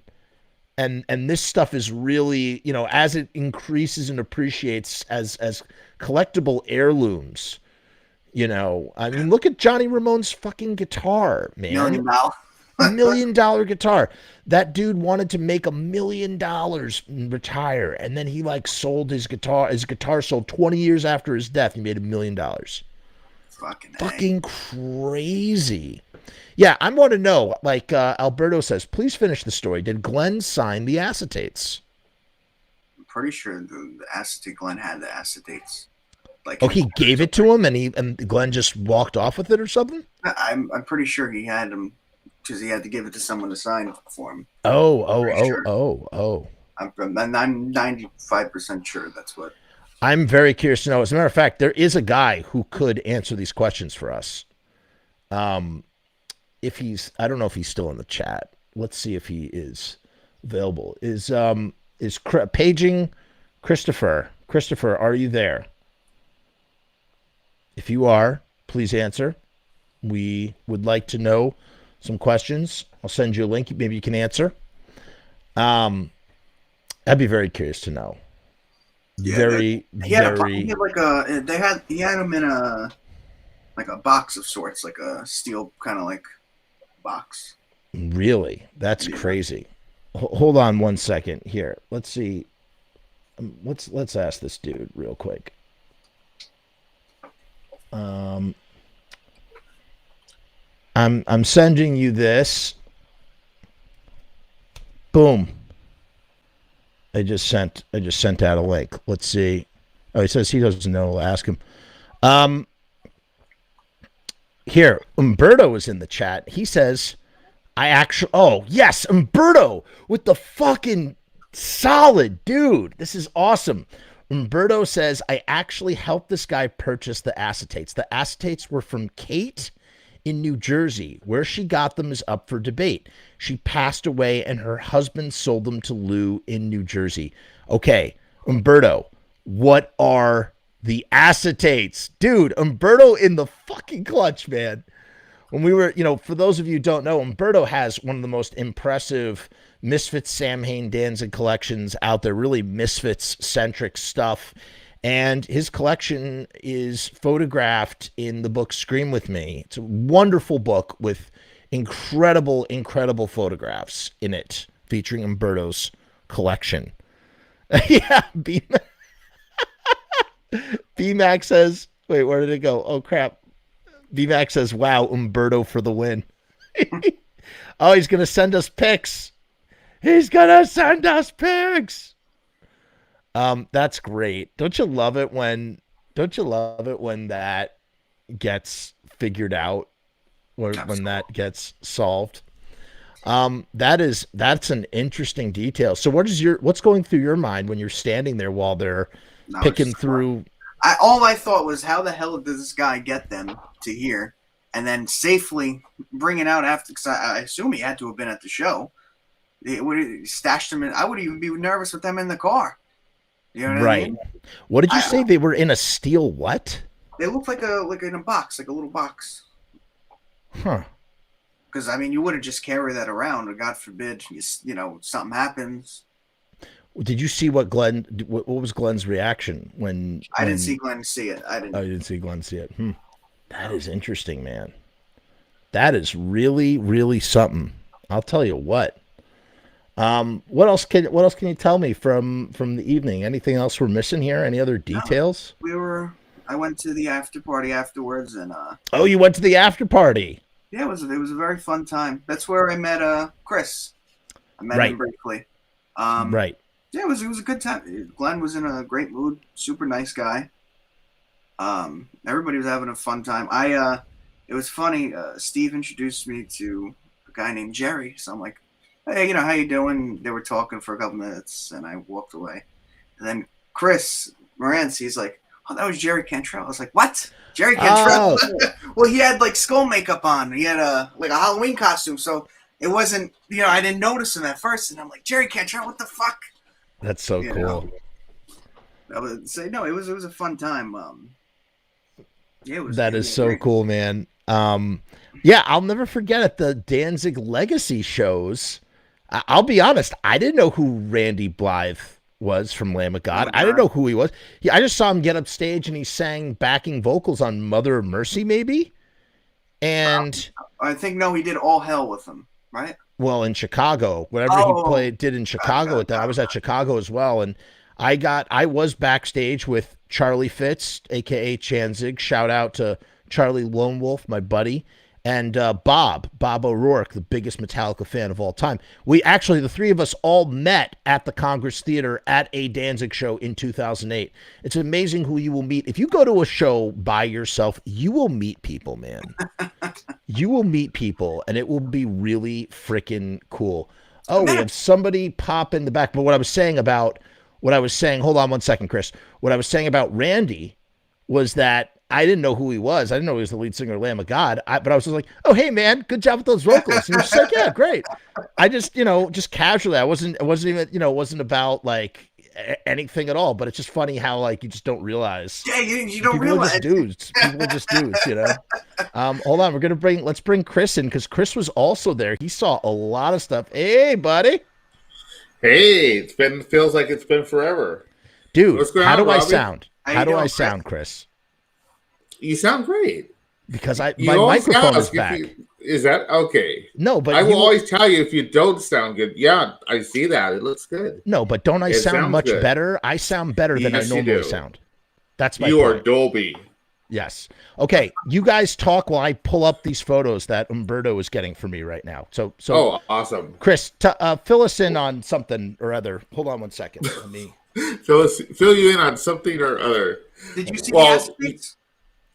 I didn't see him, but you got to remember when I go to the show, I don't pay attention to shit. If you don't have tits, I ain't looking. I don't care. It's either that or it's me and Glenn doing whatever. So Did you have any a lot of shit. I had one the first night and one the second night, and that's it. That's all I was gonna touch. That's a lot. We're upstairs in the fucking suite, and Glenn's like, you want another donut? No, I don't. You want another? No, I don't. And he starts throwing them. Leave me the fuck alone. I don't want another donut. They were fucking he likes to do that shit. That's funny. They were good. I mean, they were good, but you can't eat more than one of those. You don't need to eat more than one. No, I could eat all the donuts. More? Dude, Russ. Fucking dangerous. Yeah, dude. You'll be in a fucking donut coma after. Yeah. It's not good. No. It's not good for you. Jeff, you find I'm dying to see I'm looking. Pictures, I know. I'm looking for him right now. Come on. Keep I want to see it. I'm getting it, but I can't. You guys, I can't. I need you guys to. I don't want any dead air. We don't have dead air on the show. Well, if you would stop talking, we'd continue. Wow. Oh my God, you guys! I'm looking at them right now. This is fucking insane. All right, hold on. I just want to say a big shout out to Umberto for like showing this shit. Like, this is fucking awesome. Hold on one second. Pulling them up. I got to be my own Jamie pulling shit up. Hold on. Oh, why are they so small? Hold on a second. I said hold your horses. Chris, give us some. Come on, Chris. Give us some observations from the show. Well, what did you like about it? What were your highlights? Come on, give us some stuff. Well, if you'd stop talking, I would. It was, well, first of all, Sunday night was way mellow. All the hardcore fans we thought were going to be on Sunday, Glenn was expected to be really crazy Sunday because it was the first night to go on sale. Quiet. relaxed. Really? Of course, it was more reserved because those are the people that can afford to throw down $400 a ticket first. See, the thing is, like, the Saturday night, I mean, even when you could barely hear Glenn talking because everybody was screaming the entire time. You know, so that's Sunday was Saturday. I mean, that's Sunday was low key, like way low key. Oh wow, this is interesting. And plus, after party was quiet. Really? You know, we just had a few people. Yeah, there wasn't supposed to be no 30 people up there the first night in the first place. So that was rectified. So Sunday was cool, dude. Sunday was like 10, 12 people laid back, and we were there. I didn't get Glenn home until 3 o'clock in the morning. We were just hanging out, having a great time. Josh Burnett, if you know who he is, the MMA guy. Yeah, Josh was there hanging out. It was good. Man, that was a dangerous Crazy way Craig made it. It was a dangerous exit to that rooftop. There's fucking only one exit. I mean, what if there was a fire? Yes. You know what? Rappel. Jump off that goddamn roof or something. All right, hold on one second. There's a little bit of controversy here. I have questions. This is some seriously nerdy shit. Everybody put on your nerd hats for a minute. Oh, God. It's about to get fucking nerdy as fuck up in here. Hold on. Ready? Let me find how do I share shit on my screen. Here we go. All right, let's see. Is this going to work for my whims or not? Let's see what happens. Boom. There we go. Can you guys see that okay? Yeah. Okay. Yeah. Hold on one second. This is not giving me a good layout option. So that's the one that says Halloween 3. Exactly. Now, I have seen these. 3? Bro, I have seen these on eBay. Okay? I saw that too. Definitely seen these on eBay. This says Halloween 3. And let me tell you something. I always thought that this was shenanigans. I always thought, how could this be? It says Halloween 3. No, it says Halloween 2, Halloween 3. Here, there's another picture. Halloween 2 and Halloween 3. Reference disc. What the fuck is Halloween 3? I mean, it says instrumental, but which song is it instrumental? So, and then here's Who Killed Marilyn? Misfits reference disc. Holy crap. So you have Halloween 2, Halloween 3 instrumental, and reference disc. I have questions, man. I hope it's digitized, whoever has it. I don't think...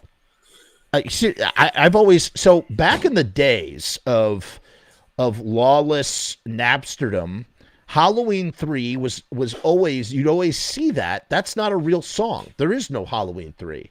At least none that anybody is ever aware of. I've never heard anybody confirm that Halloween 3 is anything. Yeah. Now I gotta ask him. Now I want to know. You gotta ask him. Hold on. Sorry, I'm pulling you guys off this at thing. The right time. If I want an answer, I am absolutely just call him and baffled. ask him because he won't tell me. It has to be a natural. I have to almost kind of go, hey, what's that? By the way, that. Oh, blah, blah, blah, blah, blah. And he'll tell me. If I ask him, so the acetate, blah, blah, blah, Halloween 3. I don't know what you're talking about. All right. He says Alberto says Steve Zing, didn't he confirm once? Never came out. I don't know, man. I don't know. I've never known there to be a Halloween 3. Well, it says... Well, not everything... Interesting. Well, not everything on the box set. I mean, or let me rephrase that. What's on the box set is not absolutely everything. So that's right. That blows my mind. That's a Caroline Records question because they have that stuff. We know Harpies was recorded during that session, so yeah, that blows my mind. That there was. Wait, you're talking about the Cough Cool session, Robby? Yeah. Because Manny confirmed that there's Harpies. He sure did. He sure did. But and that is lost to time. You will never see that doesn't exist. It's gone. I don't believe that though. I don't believe it. It's gone. Tapes deteriorate. But the thing is, like, because I mean, I've nerded over this before. How on Collection 2, Glenn had the Cough Cool master tapes, because even if you go on YouTube, the official listed, Manny is the drummer on that Cough Cool from Collection 2, but Eerie overdubs. So the original, stems from it. The original tapes from it existed. So well, as late as 86 or 87, they existed. Yeah. So, but the thing is, I don't think those. I mean, because he handed them to. I mean, I know he didn't hand or everything to Caroline, but they did it even as late as 87. 10 years later, existed. So I can't imagine.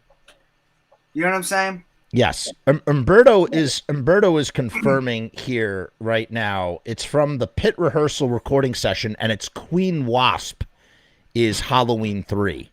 What? So some fucker, this is a boot, or this is not real. Some motherfucker, like, did something where they, pressed up. I don't think this is real. It just can't be real. It's not real. Why? Because the Pit, okay, so for anybody who doesn't know, the Pit Rehearsal Recording was made by Dave Scott of Adrenaline OD, who came to a practice and was interviewing the band and had pulled out a tape recorder. That recording is like the only document of a Misfits rehearsal that's circulated, where it shows the band working out songs like Queen Wasp. They play Die Die My Darling, yada, yada, yada. I don't know what else is on there. It's, Googie's in the band at the time. And that tape was, they put that on vinyl and stuff. So I don't think, and I'd love to hear what Umberto has to say, but from what it sounds like that's bunk, dude. It's not real. They always say, too, that rehearsal session was a demo. It's not a demo. It's not a demo. Practice. It's just a practice, dude. I have the whole story. That it was recorded with a tape recorder haphazardly at a rehearsal at Jerry's house. That's it. It's not nothing. It's nothing. I know. I just love that. It's so funny when a lot of people like to confuse demos. That everything is a demo. There's like, no, it's not true. None of that stuff is, Here, Umberto says it is suspect, which is why he wanted Glenn to confirm them. Did you, Chris? Now, here's if those were taken back for Glenn to sign, do you remember seeing Glenn sign these, or Glenn reacting to anything that he was signing? He didn't sign shit. Huh. Glenn was in I'm done for the day mode. Right. So okay. There was no signing. Okay. And I'll throw this out. If he did, after the show, Glenn goes up, wherever we're at, he's going to go take a shower. Like, all the guys are going to go shower and put some clothes on. No one else goes up. They're doing their thing. So if he did take them up and sign them, it was before we all went up. By the way, just to clarify, BMAC says Collection 2 was 1995. Again, to put on our nerd caps for a minute. Although that means Cough Cool had the tracks for Cough Cool by 95. No, they didn't, because they used Eerie Vaughn's 7-inch for the box set, which came out. No, that's not on Collection 2. What? Eerie Vaughn's copy. No, but that's what I mean, is that they didn't have. Caroline had no access. The Collection 2 is not the original rip of Cough Cool. Yeah, but what I'm saying, I know it's overdubbed with Eerie. That was when Glenn and Eerie were recording stuff, but that dates back to the 80s. It just didn't come out until 1995. So as far as you're concerned, based on what you just said, this is some nerdy shit right now. Based on what you said, that would mean that the last time that those tapes were around was the mid to late 80s. Yeah, but by that time is when, I mean, we don't consider it digital today, but it was analog digital by that point. Okay. So that means it could have been. So that it might have been on like a DAT or something. Exactly. Interesting. You know what I'm saying? Very interesting. It's weird. It's weird to think that he overdubbed drums. Don't you? You never overdubbing drums is a weird thing, right? I just hope it wasn't the original tracks. It might have been. Do you know what I'm saying? And that's why maybe the box set doesn't have a cleaned up version, because all those other songs on the box set are cleaned up like that. That's what I'm trying to tell you is the box set version is from Eerie Von's personal vinyl copy. No, I know that, but that's the original version. That's the intact. Right.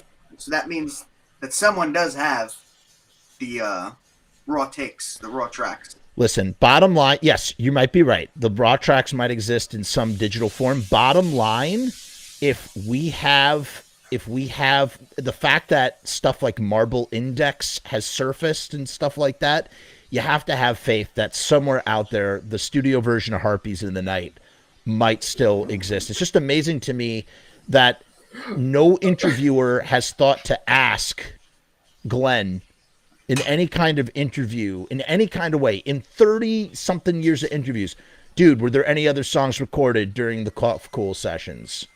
And do you know what he would say? He would just be like, I don't know.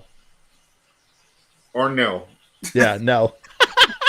So just, that's what you got to understand. Is how that works. You can't, if you ask them flat out, if I go in a straight line, can I get this? I don't know. You have to ask them a roundabout question to get the answer you want. Right.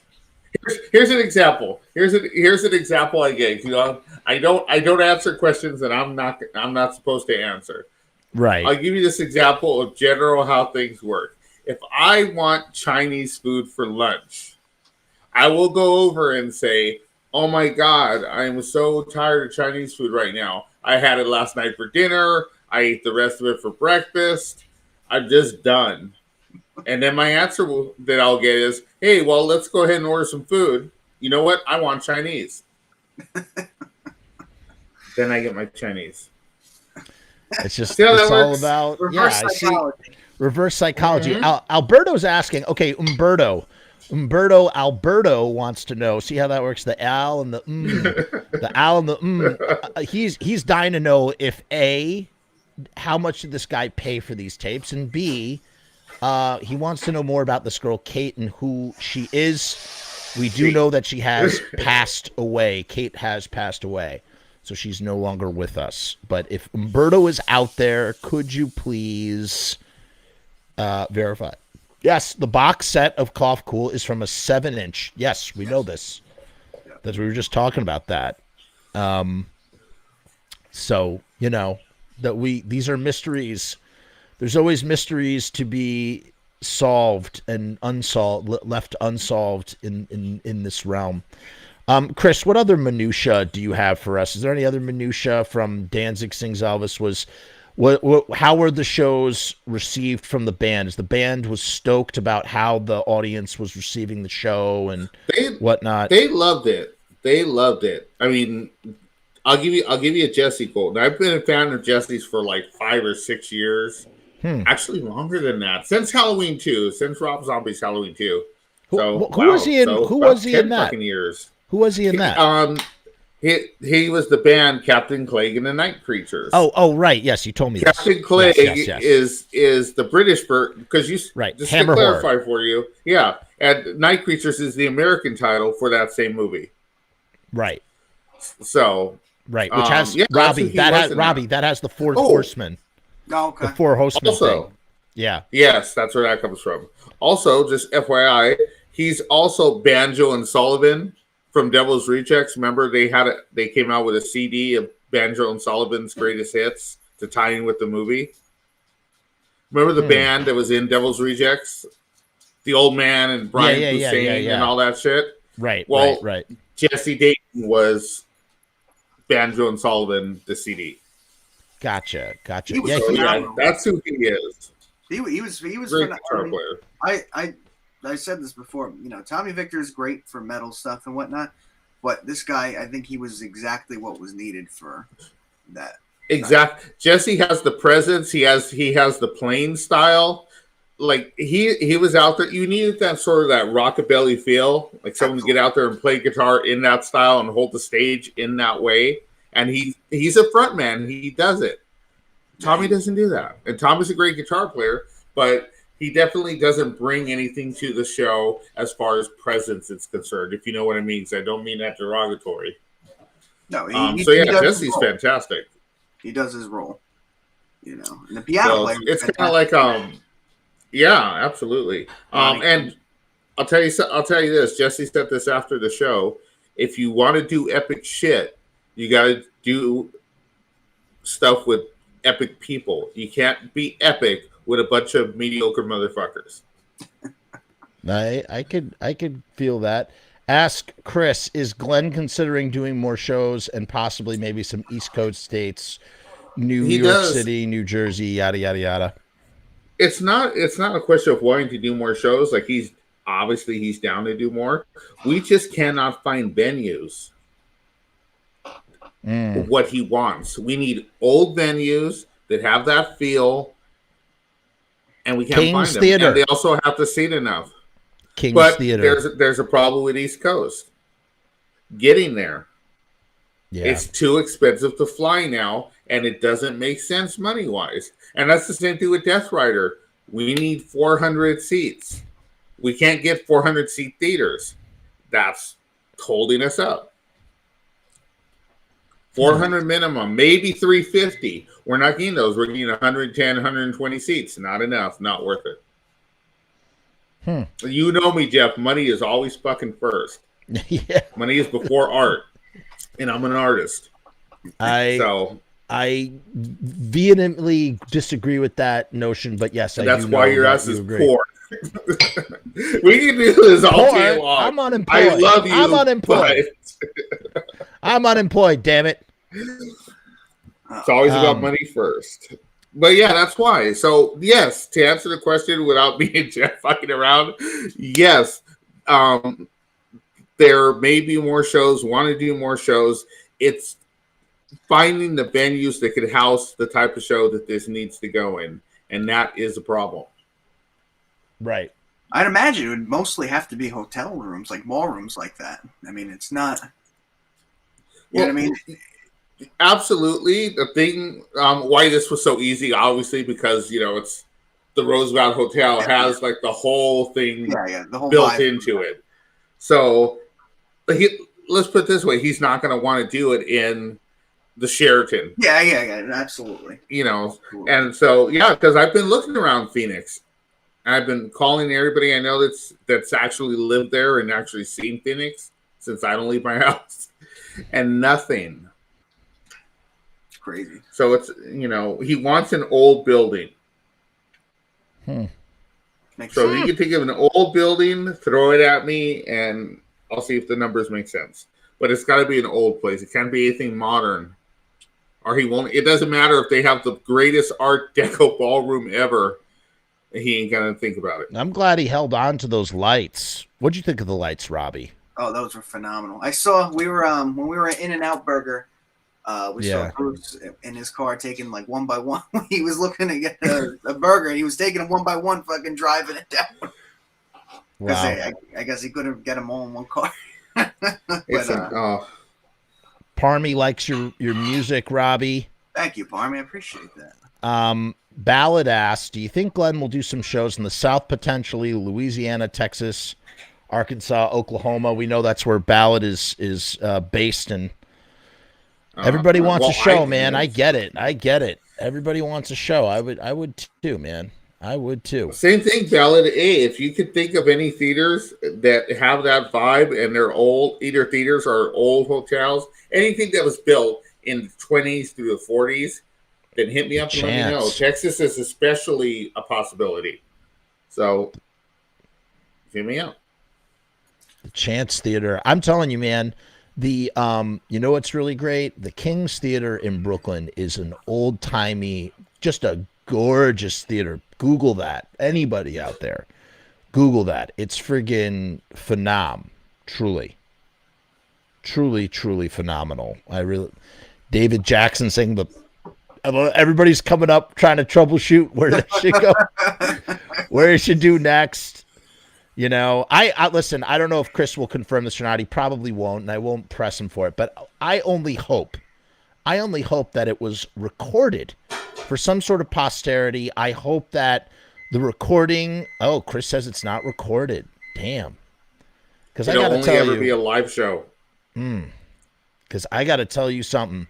I can just imagine if it's as good as everybody's saying, to hear him do it live. Because, you know, there's a lot of people who are hating on that Danzig Sings Elvis record. They go, oh, well, he did that over, you know, a several year period, you know, at different times, you know, when his voice was in different sort of, you know, conditions. And it's not like he just recorded that all in once and then released it in 2020, blah, blah, blah, blah, and he's doing it in the studio.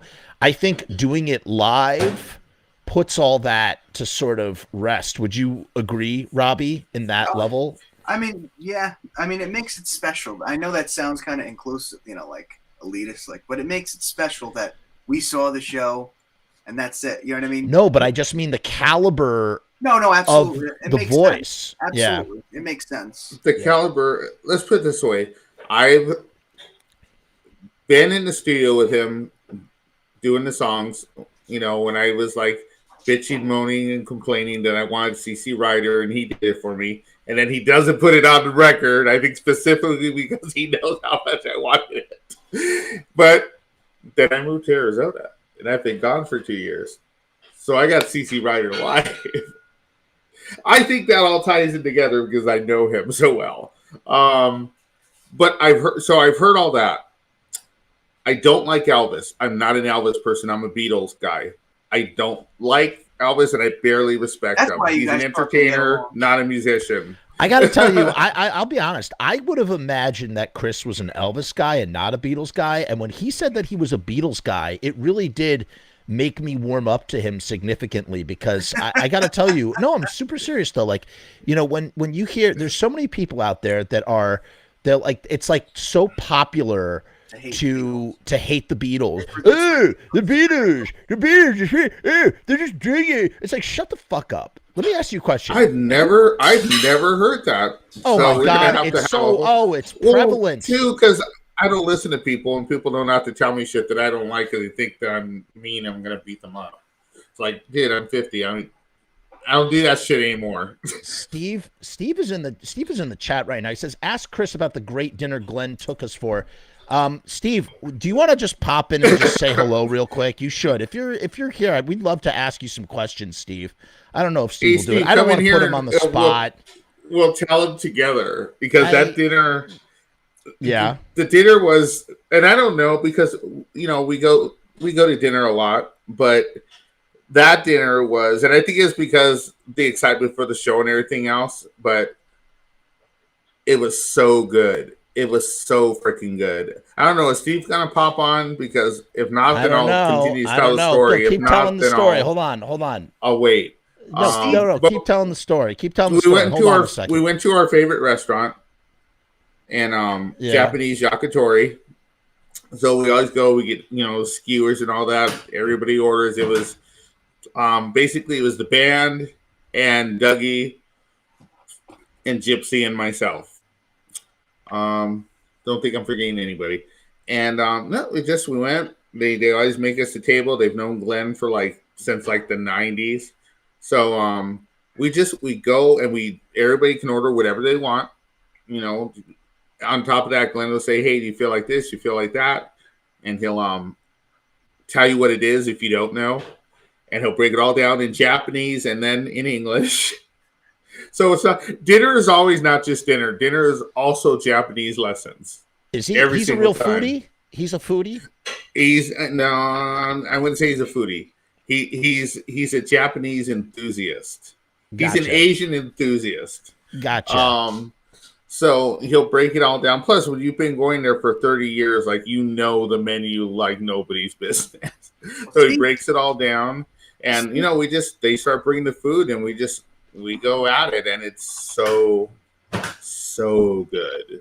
Steve almost didn't make that dinner because we were really we were at Venice Beach, and I've never never dealt with this in my life. We tried for almost 2 Wait, hours. wait. Hold on a second. This is really weird. This is super weird. Is anybody into Guns N' Roses? Besides me? Yeah. You a big Guns N' Roses fan? I don't know if you realize You know this. I'm a like Axl? huge Guns N' Roses fan. You a fan of yes. Axl? Holy shit. Yeah, I'm a fan of his music, and I'm a fan of him as a person now. There he is. Wait, hold on it's a like second. I get to see him like every day now. Hold on, I gotta find a good. Let me take off the banner because I can't see anybody. Hold on. All right, hey Steve, what's going on, buddy? What's up? I'm sitting in my massage chair. Tell us about the dinner, Steve. For some reason, I can't read. I got to figure out how to put this on. Hold on. Okay. Hold on. I'm gonna turn this off. There we go. I think that's better. Yeah. Considering the situation. We got the drummer of the performance in the house. We got Axl Rose. Did not know. That's me. Axl. Man, you do not look like your pictures. I am shocked. I'm sitting in the massage chair. Sorry. That's okay. Everybody needs a good massage from time to time. Yeah. So yeah, the dinner was great. And you got a lesson in Japanese. Japanese. What is that called, Chris? The yakitori. That's it. Yes. What is yakitori? Oh, unbelievable. Basically stuff on skewers. That's how it's grilled open flame on skewers. A lot of bite-sized stuff. Everything comes in like, if you order the chicken meatballs, you'll get 3 little meatballs on a skewer. And it's so good. Oh, and we will eat till we burst. There's an octopus version of that? Right? Yuck. There is, but we don't order a whole lot of seafood. Gotcha. But there is. I was saying before, I said Steve almost missed the freaking dinner because we couldn't get an Uber for about 2 hours. What? I've never. This city. How is Los Angeles a city and you can't get a fucking Uber? Because everybody takes an Uber. Yeah, it was insane. We tried so many times, and eventually, I tried so many times that my credit card got put on hold because it thought that I was trying to make like $500 worth of Ubers because it kept getting canceled, and I got a call from the credit card company saying, "Oh, it looks like suspicious activity." I've never, and then eventually, we did get an Uber. But there was 4 of us, so we had to ask the poor girl. We're like, "Can we all squeeze in here?" Oh, it's like a clown car. Jeez. Well, I tipped her well. You did tip her well. Adam, Ballad of the Broken says this is the best live stream ever. He just wants There's us a to know snare that. drum head. Whoa! Oh, very cool. Look Yeah. at that thing. I asked him to sign it because I was going to originally raffle this off for charity. Yeah. And I was supposed to do this charity event with Morning Noise at Dingbats for Black Friday, but it's not happening. But anyway, so I asked Glenn to sign it, but it says this. Steve, love you. Glenn did. Steve, I gave you the fix. I gave you the fix for that. Yes, I know. The little white out strip. But how do you fix it? You just put white out on it? I told him to just put some white out on it. Oh yeah, but specifically the strip tape white out, and to just say, "Hey, this is show used." Well, it was easier to write it on the snare head, and with all my notes on the different songs, like CI for guitar, which is count in for guitar. And stuff like that, because I can't see the set list on the floor. So wait, hold on. Let me just understand this to make sure I'm understanding, Steve. So you wrote the set list on the drum head, so that you could see it better, and you also made the coolest collectible of all time because you turned the drum head or whatever it is into a set list that's also signed and written by you, and has all the changes for the show. Mm-hmm. Incredible. That will be a great charity auction thing. Like I use these like drumstick rods on some songs. Yeah. So like on here, you could see it says rods, Wow. rod and stick. You know, it all depends on the song. But it was a lot of fun. As Chris was saying, you know, Glenn doesn't want new theaters. He wants old. It's not even theaters. It's like old rooms that they used to have, and you can't find them. They really don't exist. It's not theaters. It's not. This is not a theatrical event. This is a ballroom event. Wow. So Absolutely. Very well put. not easy to do, but you know, Chris knows it was a lot of fun. It was hectic. Yeah. Alberto is asking you, Steve, how long did it take you to learn all these songs? Well, we only had 2 days of rehearsal. Oh, my Lord. It was put up or shut up for these guys. Wow. Let me ask you this. I'm curious to know this. So what in the hell? Because here's the thing. This is very sort of stripped down percussion. How do you approach that, Steve? Like the stripped down percussion sort of thing. Like how do you approach a song like Pocket Full of Rainbows or Fever? Right? Fever is really sparse. Well, that stuff is easy. That's the easy stuff. It was the other stuff that really had no drums in it that we actually added stuff, you know, to kind of fill it out in some ways. Right, because in a live setting, it's going to be different than, say, on the record. Like, you need a little bit. Yeah. Huh. So. That is interesting. And did you enjoy the Voodoo? Are you a Voodoo Donut fan or not? That's not really your bag. I only had one. See? Let me tell you, I would put you all to shame. They're too good. I bet. Which really one bet. did you have, Steve? I had the Devil Doll, I think it was. Okay.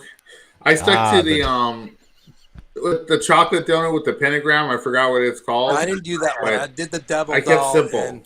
And, Glenn's favorite was the Mango Tango. It was a mango donut. I don't know. I didn't taste it. But that I sounds didn't like taste heaven it. to There was me. a great And then, of babe course, too, and I was like, no. Saturday night, I was a little bit. Glenn fed me too much sake and Jaeger.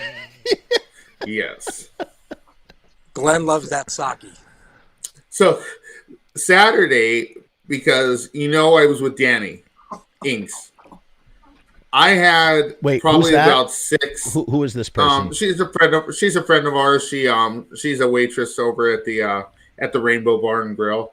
Gotcha. So I had 6 glasses of rum and then a couple of sakis, but I can drink, so it wasn't a thing.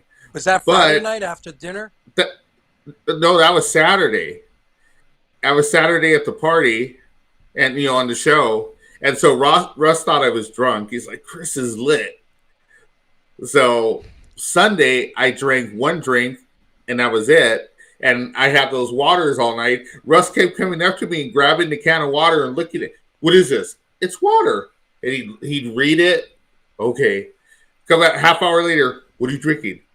Still water? Get it, read it. Oh, okay. You're taking Glenn home, right? Basically, yes, because I don't know. He thought I was drunk Saturday. Yeah, You should have drank water. I woke up Sunday morning around 9 o'clock, and I'm like, my head was still spinning. I'm like, I got to get some breakfast. I went downstairs to the restaurant, and I'm like, I'm still fucking drunk. I'm like, I was hurting. So London was very kind to loan me his drums and be my tech, but London brought me these electrolyte additive things to add to water to kind of help me. Really? Yes. That's how I got through London. Because London is the sweetest person in the world. My God, I love him because he will take care of you. Doesn't matter.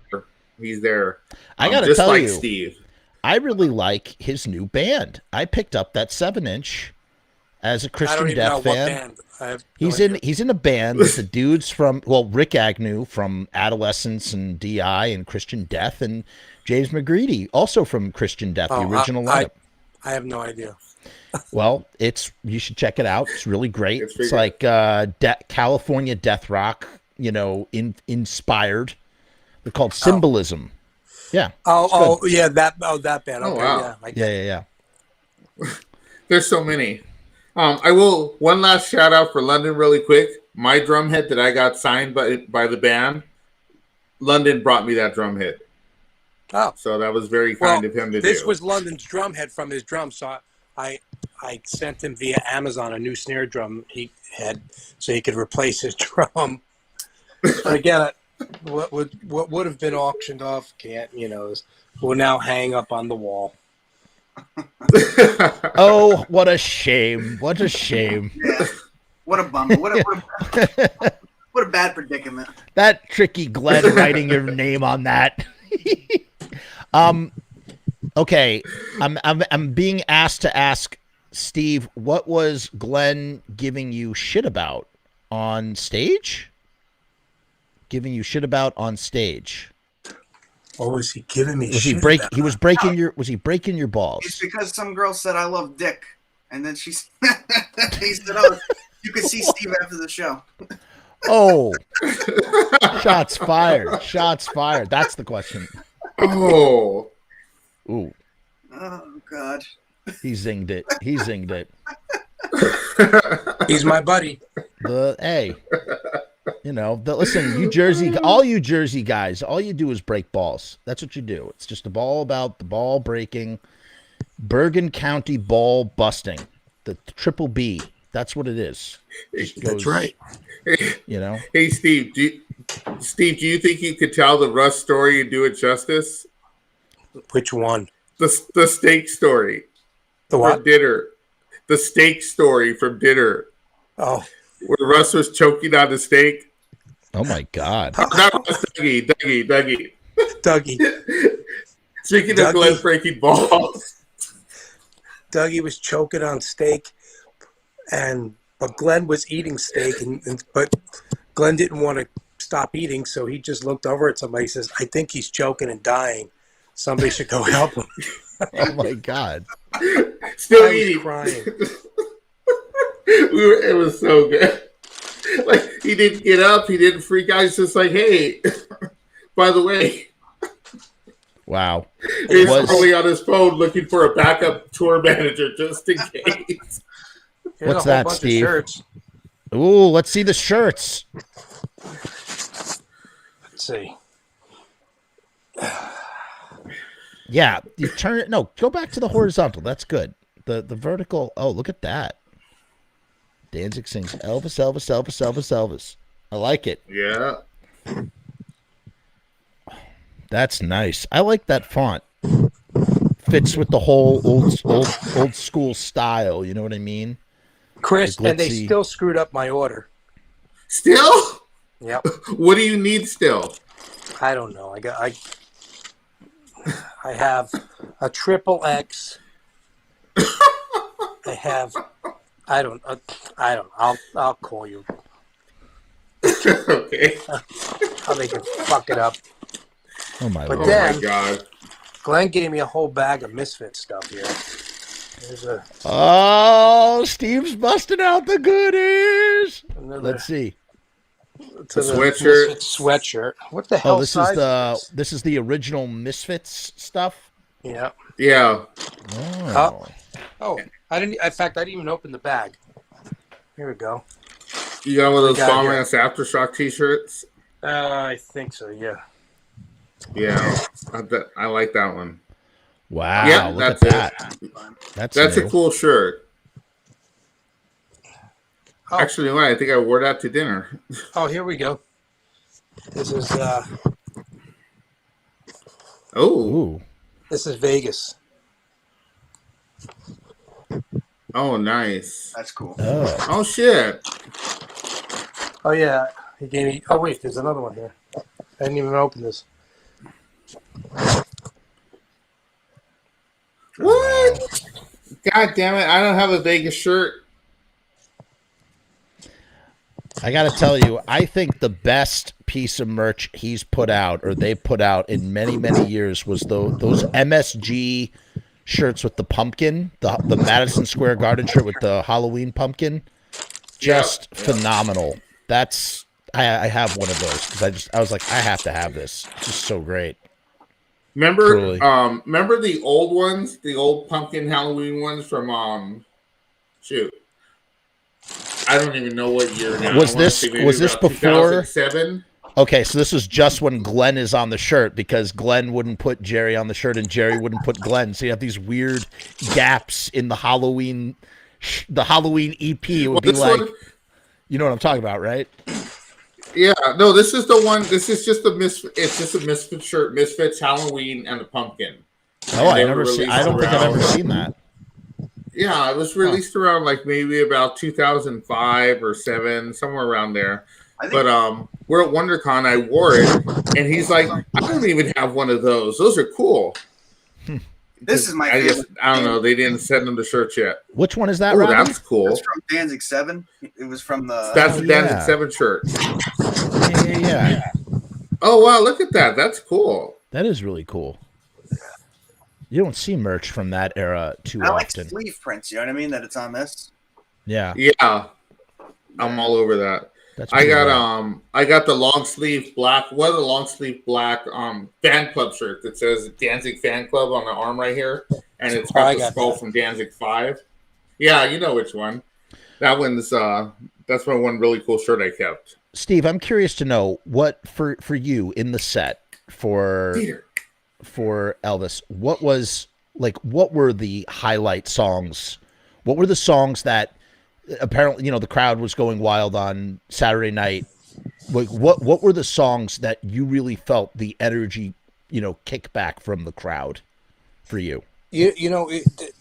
Jeff, it wasn't about the energy, man. This is not that type of show. Yeah, there was energy in some songs, but it was about him crooning. Right. And his voice was amazing. It had nothing to do with the music. Music was if you ask me, I was the weakest link on that stage. Just my opinion.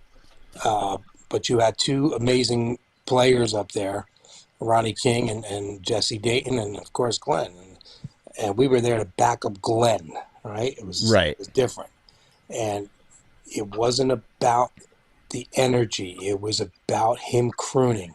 And he fucking crooned his ass off. And he sang amazingly. Now, what was it, the second day of rehearsal, Chris? He sang for 7 hours. 7 hours? Yep. Yep. Okay. Hold on a second. Hold on. This is what I don't understand. How, first of all, wouldn't that put, he was doing like full power, not like full power, but like how if you're doing a sound check, you might just, preserve your voice a little bit. He was like full on doing it the whole time for 7 hours. Yep. They got in there around 2. I showed up around 4, and we were still there for like 5 more hours. I mean, it was all day. And you just kept going over and over and over the material. Yeah, we had the room. We had the room from 11 a.m. to 11 at night. Do you think, did the songs really sort of transform or take shape than how you came in there when you first started? Yes. Wow. Yeah, the first day I was a little concerned, but there's two guys that Glenn and I have never played with, and playing songs we've never played. Right. And I think we all had to just find each other's groove and figure out what it was about, and that's how it came to be. By the second day, felt much more comfortable. So right. It was good. It was a blast. I'm glad Chris, Tommy, and Robby came out to experience it. Hopefully there's more, but who knows? Again, it's not it's a different venue. It's not about energy, man. It's about Glenn bringing to life some of his favorite Elvis songs and it's all about the voice. It's not about the song. It's about the voice. And when you what was that, Young and Beautiful? Love that song. Well, when it's just him and the piano player, and it just gives you chills, right? I mean, it's so just good. amazing. It's me and Jesse stepped off stage, and Glenn stood by the piano, and he sang it, and it was just unbelievable. What song do you think went over best, Steve? What's that? What song do you think went over best? I think Girl and My Best Friend. I think Fever. Fever went. Wow. Fever went really well. Yeah, Fever. Maybe Always on My Mind. I think Little Sister went great. The second night we'd actually got Mystery Train down much better because we rehearsed it Sunday afternoon on my hangover. So that was a last minute addition. Wow. Yeah, we never went through it. We went through it at the first sound check, and I was like, never played that. That's something else. So what's interesting, what I'm kind of getting, and this is what I'm picking up as a non-musician here, is that it's almost like, as you said, like we're playing with guys who are really good, but guys that Glenn and I have never played with before. So it's almost like part of the chemistry is about feeling comfortable with those other people. It's like, yes, we all know how to play. Yes, we know how to play these songs, but now we have to be comfortable together in the same room doing it. That's exactly it. And Robby could tell you that. I mean, it's all about, if you're not comfortable, then it doesn't work. It either works or it doesn't work. And again, it's knowing it's not the capabilities, but it's the groove. All right. And again, the first day, you're kind of feeling each other out. You're feeling the songs. A piano player is, remember, piano is actually a percussion instrument, right? It is? Yes. Because the hammer hits the string? Yes, exactly. That makes it percussion. The dynamics, and we didn't have a bass player. So without a bass player, it's me and the piano player, which is hard to hear because he was using a real baby grand piano. So it's hard to really put that up loud in the monitors because of feedback. And then there's the guitar player. So we're all trying to connect. And it's hard at the beginning because I'm not used to playing with a pianist, and then a rockabilly guy. And you're on the other side of the stage. It's not even like you could have eye contact with them right next to one another. Right, because I was the opposite corner. So it Two questions. Question number one, why would you not be on the same side as the rest of the instruments? Is that just like a visual presentation thing? And two, why no bass? I don't understand that. Number one, so you could see the Danzig letters, right? Mm-hmm. And number two, no bass. Glenn didn't record the album with bass. The only song that has bass on it is Fever. Oh. That was his interpretation of it. Yeah. Yeah. And it worked out fine. Steve, we have a nerdy... Fever had no guitar, just bass. Steve, I have a nerdy question for you. I'm so sorry. It's about to get super fucking nerdy right now. We're putting on our nerd. Put on your Samhain Misfits Danzig nerdy hat. We want to ask you, we were talking about these acetates earlier. And I knew he was going to go. And no, someone was mentioning about Halloween 3. Is this a song, Steve, or is this bullshit? This is bullshit, or is this real? No, I think what that was just a version that they thought they would put out that was just the instrumental. Yeah. With just like the chorus, hallelujah, that's it. Oh, so it's kind of like Misery, Tomb, and I Am Misery. Right. Thank you for solving the mystery has been solved. Solved in fucking 2 seconds. There we go. Bro, you solved it in 2 seconds. I'm sitting here pontificating. Dude, you're looking too deep. Well, where into was this he thing. 45 minutes ago? No, you know what? Steve the other day, Steve's like, how much longer are you going to talk about this stuff? Like, what else can you talk about? I was like, dude, we spent fucking 45 minutes fucking talking, like, talking about, like, fucking ass crack hairs. Like, well, this is... we had this conversation. Oh my god! As Dr. Ian Malcolm from Jurassic Park says, life always finds a way. Always finds a way. I got to tell you, this was very insightful. I learned a lot about musician stuff that I just didn't know, and you know, I think it's a real kind of victory. I'm sorry. I hope it comes to the East Coast. I really need to hear this. I need to hear this shit. You know, I I don't see it coming here, to be honest with you, because of the vaccine mandates that Glenn is not into, to be honest. That's true. And, you know, you could say New Jersey, but now that we have re-elected that asshole, he is going to, you know, put in these mandates, unfortunately, so we can strike out New York and New Jersey. Chicago. What about Chicago? Again, you know, it's like Chris said before, it's about the venue. It's not a theater type place. It's a ballroom type place in order to get that intimacy. Yeah. Right. So, oh man, that's a shame. You know, it's a shame too that the Congress Theater is not around anymore in Chicago, which is a place that you guys used to play all the time. And I feel like that had some old timey magic. Yeah, if it were still around. Again, that's a theater. This is not a theater event. Right. It's a ballroom event. That's so crazy. I mean, it makes sense. Sorry, go ahead. To explain, just in basically quickly, how powerful this performance was. As I meant to say this earlier, because I don't like Elvis, right? I didn't like the record either.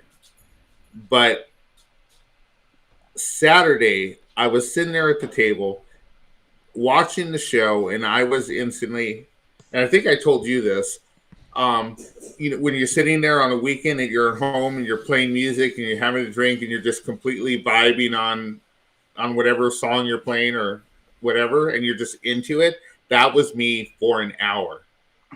I was completely lost in that show, and I remember every minute of it, and I will never forget it. That's how good it was. Wow. Yeah, because when I spoke to Glenn last night after I landed, and he's like, "You look like you had fun." I'm like, "Yeah, I had a lot of fun." You know, I had a great time. What more can you say? What more can you say, man? Honestly, Exactly. This was really, I got to tell you, this was more of a breakdown of the Vegas, not like I keep saying Vegas, of the Los Angeles. Because I think of Elvis, I think of Vegas. Okay, it just makes sense. That's right? what it was supposed to be. Right. Right. That's what it was supposed to be. Look, it was pretty epic, and if it never happens again, I'm glad that I was part of it. I mean, you were part of the Danzig Legacy special. I mean, you saw some cool shit. We were talking earlier. Robby mentioned this sort of Mr. Jim style in your playing or something. What were you saying about that? I was mentioning, like, I noticed when Steve does a lot of build-ups, he does it with the cymbal and snare simultaneously. Most drummers usually, when they do a build-up into a transition, they do it like on the toms and the snare. I noticed Steve and Jim, usually it's like a build-up. It's a different kind of dynamic when it's a ride and a snare together as opposed to a tom and a snare. I think you got to know what you're playing for, and I like to think I'm pretty well versed in all kinds of music. Maybe not. I don't know. But well, if I being compared to Mr. Jim, I'll take that as a compliment because he was one of my influences growing up. I mean, that was the first stuff Right. I was listening to, him and Tommy Ramone. I mean, Well, that's what I was saying is like, because if you listen, I was giving this example, like the ending of Attitude on Sattergage, he ends it with a build-up of the ride and the snare. It's not a traditional build-up of the toms and the snare. But then you listen to what you do on like Horror Biz, on Initium, you do that everywhere with the ride and the snare. You know what I'm saying? I don't know if it was a subconscious thing. to me, it's a feeling, you know. Yeah. I don't know. But it gives a different total feel if you did, you know, like a traditional build-up. You know what I'm saying? I mean, I like to think of myself as a drummer. I'm a meat and potatoes guy. I'm pretty straightforward. I don't need a lot of, you know, fancy schmancy bullshit because it's not what it's about. It's right. It's like some of the best drummers keep time. It's a timekeeper. I'm not the guy from Rush, In the nor would I pocket. ever want to be. That's not my thing. But for the Elvis thing, it was more of, that show was more about, for the drums, it was more about dynamics than anything. Parts where you had to come up and parts where you played back. I noticed you did that especially on like One Night as opposed to what's on the record. With the Yes. build-up. You know what I mean? The transitions from the verse. Well, you got to come out and be a little strong. Yeah. But I used different size sticks on different songs, and probably most people didn't even realize that. But I had like 3 different size sticks because they give you 3 different feels. Wow. And I had the rods, and I had plastic rods. And again, they're all to give different dimension. You can't do a song like "Is It So Strange" playing a drumstick on a cymbal. It would overpower. So I used a plastic brush on the cymbal and a light drumstick for the side stick. So I had 3 different size sticks and then 2 different brushes and 2 different size rods. Again, and that's why on the drum head, why I wrote that, and I wrote which rods I needed, because again, you in those 2 days of rehearsals, I realized, okay, during the dinner it was actually London brought in some of these other sticks, and I'm like, yeah, this will work. I went over to the music store the next day, and the Arby's trip, Chris. Yeah. And Where is bought he all at? these different ones and figured out, okay, this is going to work best here, you know, because it's all about dynamics with that band. It's not a rock show. This was Danzig Sings Elvis, and you know, it's like I said, it's all about dynamics. So, question: so that's something that you personally, and by the way, I don't know if I froze up or you guys froze up. I missed a smidgen of Steve's explanation. I'll have to play this back. So if you answered this already, forgive me. How do you come to that decision to use this versus this? You're like, this song is really sort of broad and powerful, so I'm going to use something that's more broad and powerful, or you, as you said, dynamics, which would make me infer that it's the opposite. You'd use something lighter for something heavier, or something heavier for something lighter. Here's the stick bag that I haven't put away yet. Okay. Now, if we look at, this is break it one down. of the sticks. These are rods. Yeah. Okay, that's one size. Then there's another size. Then there's thick sticks, and then this is a thick stick, right? Yeah. Then there's thinner sticks. You know, so you gotta, pick your pick what you're going to use, depending on the dynamics of the song. Not every song was like a Misfits song or a Danzig song. There's highs and lows of all those songs. So I had to figure that out fast. So, and that's what I did. Like Fever has really heavy, like the drums are really showcased, so you would pick something very specific for that. That I used these sticks right here. These were the pair. Wow. And on Baby Let's Play House, you could see the sticks, how they're kind of all bent from hitting the rim. Right, you use the rim for certain sounds. Cool. Yes. Very cool. So Yeah. But anyway, listen, it's been real fun. I'm going to fucking bed because Yeah. That was. Hey, Steve, thanks for popping in. We got to end this anyway because I got to wake up and get You got my a paper kids. route? Yeah, I got a paper route, and then Yeah, I get me back too. from the paper route. I got to do yoga. Then I got to get the kids ready. Then I got the paper route. I'm going to eat yogurt, Yeah. and then I'm. I gotta work, Steve. I gotta make stuff. I gotta make stuff for people. You know. Oh, well, good. That's why I'm. Yeah, You know. I'm waiting. I know. So you know, stuff has to be. You gotta take stuff. Got to get taken care of and whatnot. I just want to thank Steve again for coming on the stream. I'm Steve. sorry to bust in on Robby's show. No, not mine. No, this is the best. I'll tell you, the best shows, and Robby's been a part of this a few times. Robby jumped in on Carlos's stream, Loki's stream one time. When you start a show and then all of a sudden more people pop in at a later time, you know, you do the show with the person and then people pop in and you just sort of bullshit and it's great. It's fun. Sure. So, but thank you, Steve, for coming on, breaking it down for us. It's really interesting. And we'll talk to you real soon. You got it. Take care, guys. Bye, Talk Chris. to you later, brother. Peace and hair grease. Talk to you soon. That was really great. I thought that was incredibly informative and answered so many questions from a technical perspective that that Robby, who's a drummer, filled in the best he could, but having the guy who did the thing, really sort of lays it down, So that was really great.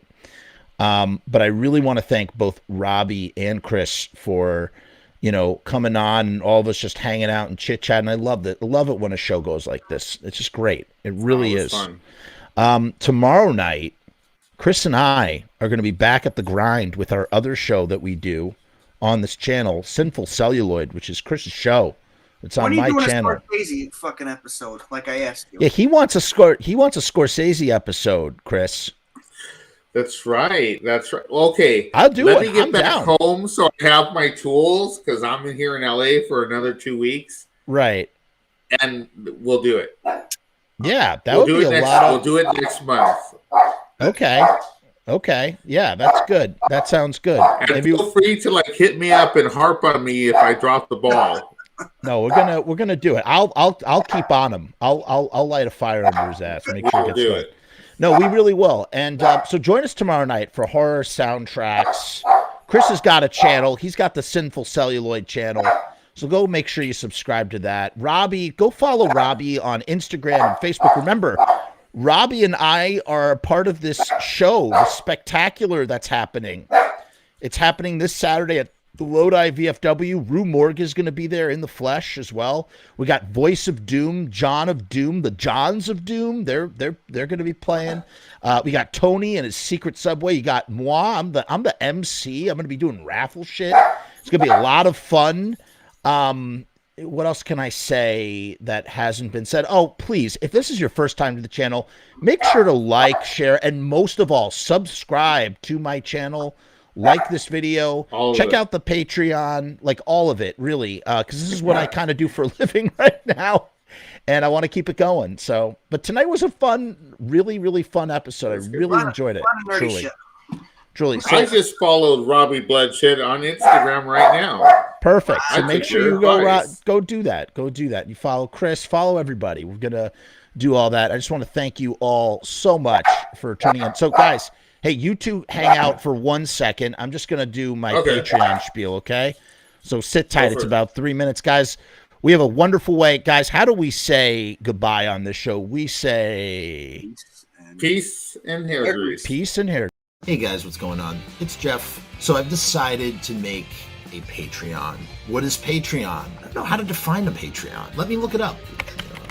Patreon is a membership platform that makes it very easy for creators to get paid for the things that they're already creating. I want to do it full-time. I want this to be my full-time job. In my efforts to make that happen, I've set up this platform. Is it going to work? Is it going to be successful? I don't know, but I would rather try and crash and burn than not try at all. The goal is to create enough passive revenue so that I can continue to do this full-time uninterrupted. Why? Because I love to do this. I love creating content. I love making videos. I love shooting films. I love doing podcasts. In case you couldn't tell, I love to talk, and I never shut the fuck up.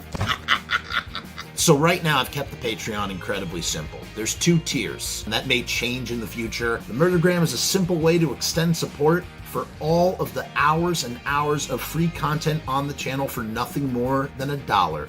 38 cents goes to Patreon. What's $1.38, eh? It's less than a cup of coffee, but it's a great way that you can show support for very little effort. When you divide that $1.38 by the hours and hours and hours of time spent listening to this endless drivel of content, the dollar cost average works out. Next up is the YouTube Casualty for $6.66.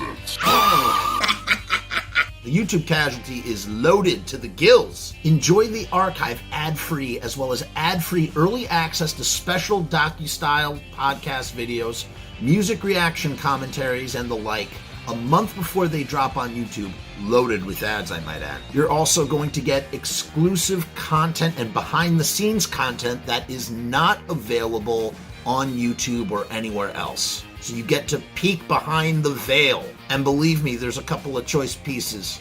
Most of all, more than anything, whether you join the Patreon or not, I just want to thank each and every one of you that comes to the channel, that watches all the shows, that leaves comments, that participates, that subscribes. That's really the most important thing. This is just trying to find a way to earn a living as an artist. And with that, thank you for my TED Talk. Join the Patreon, because we need you! 66 cents.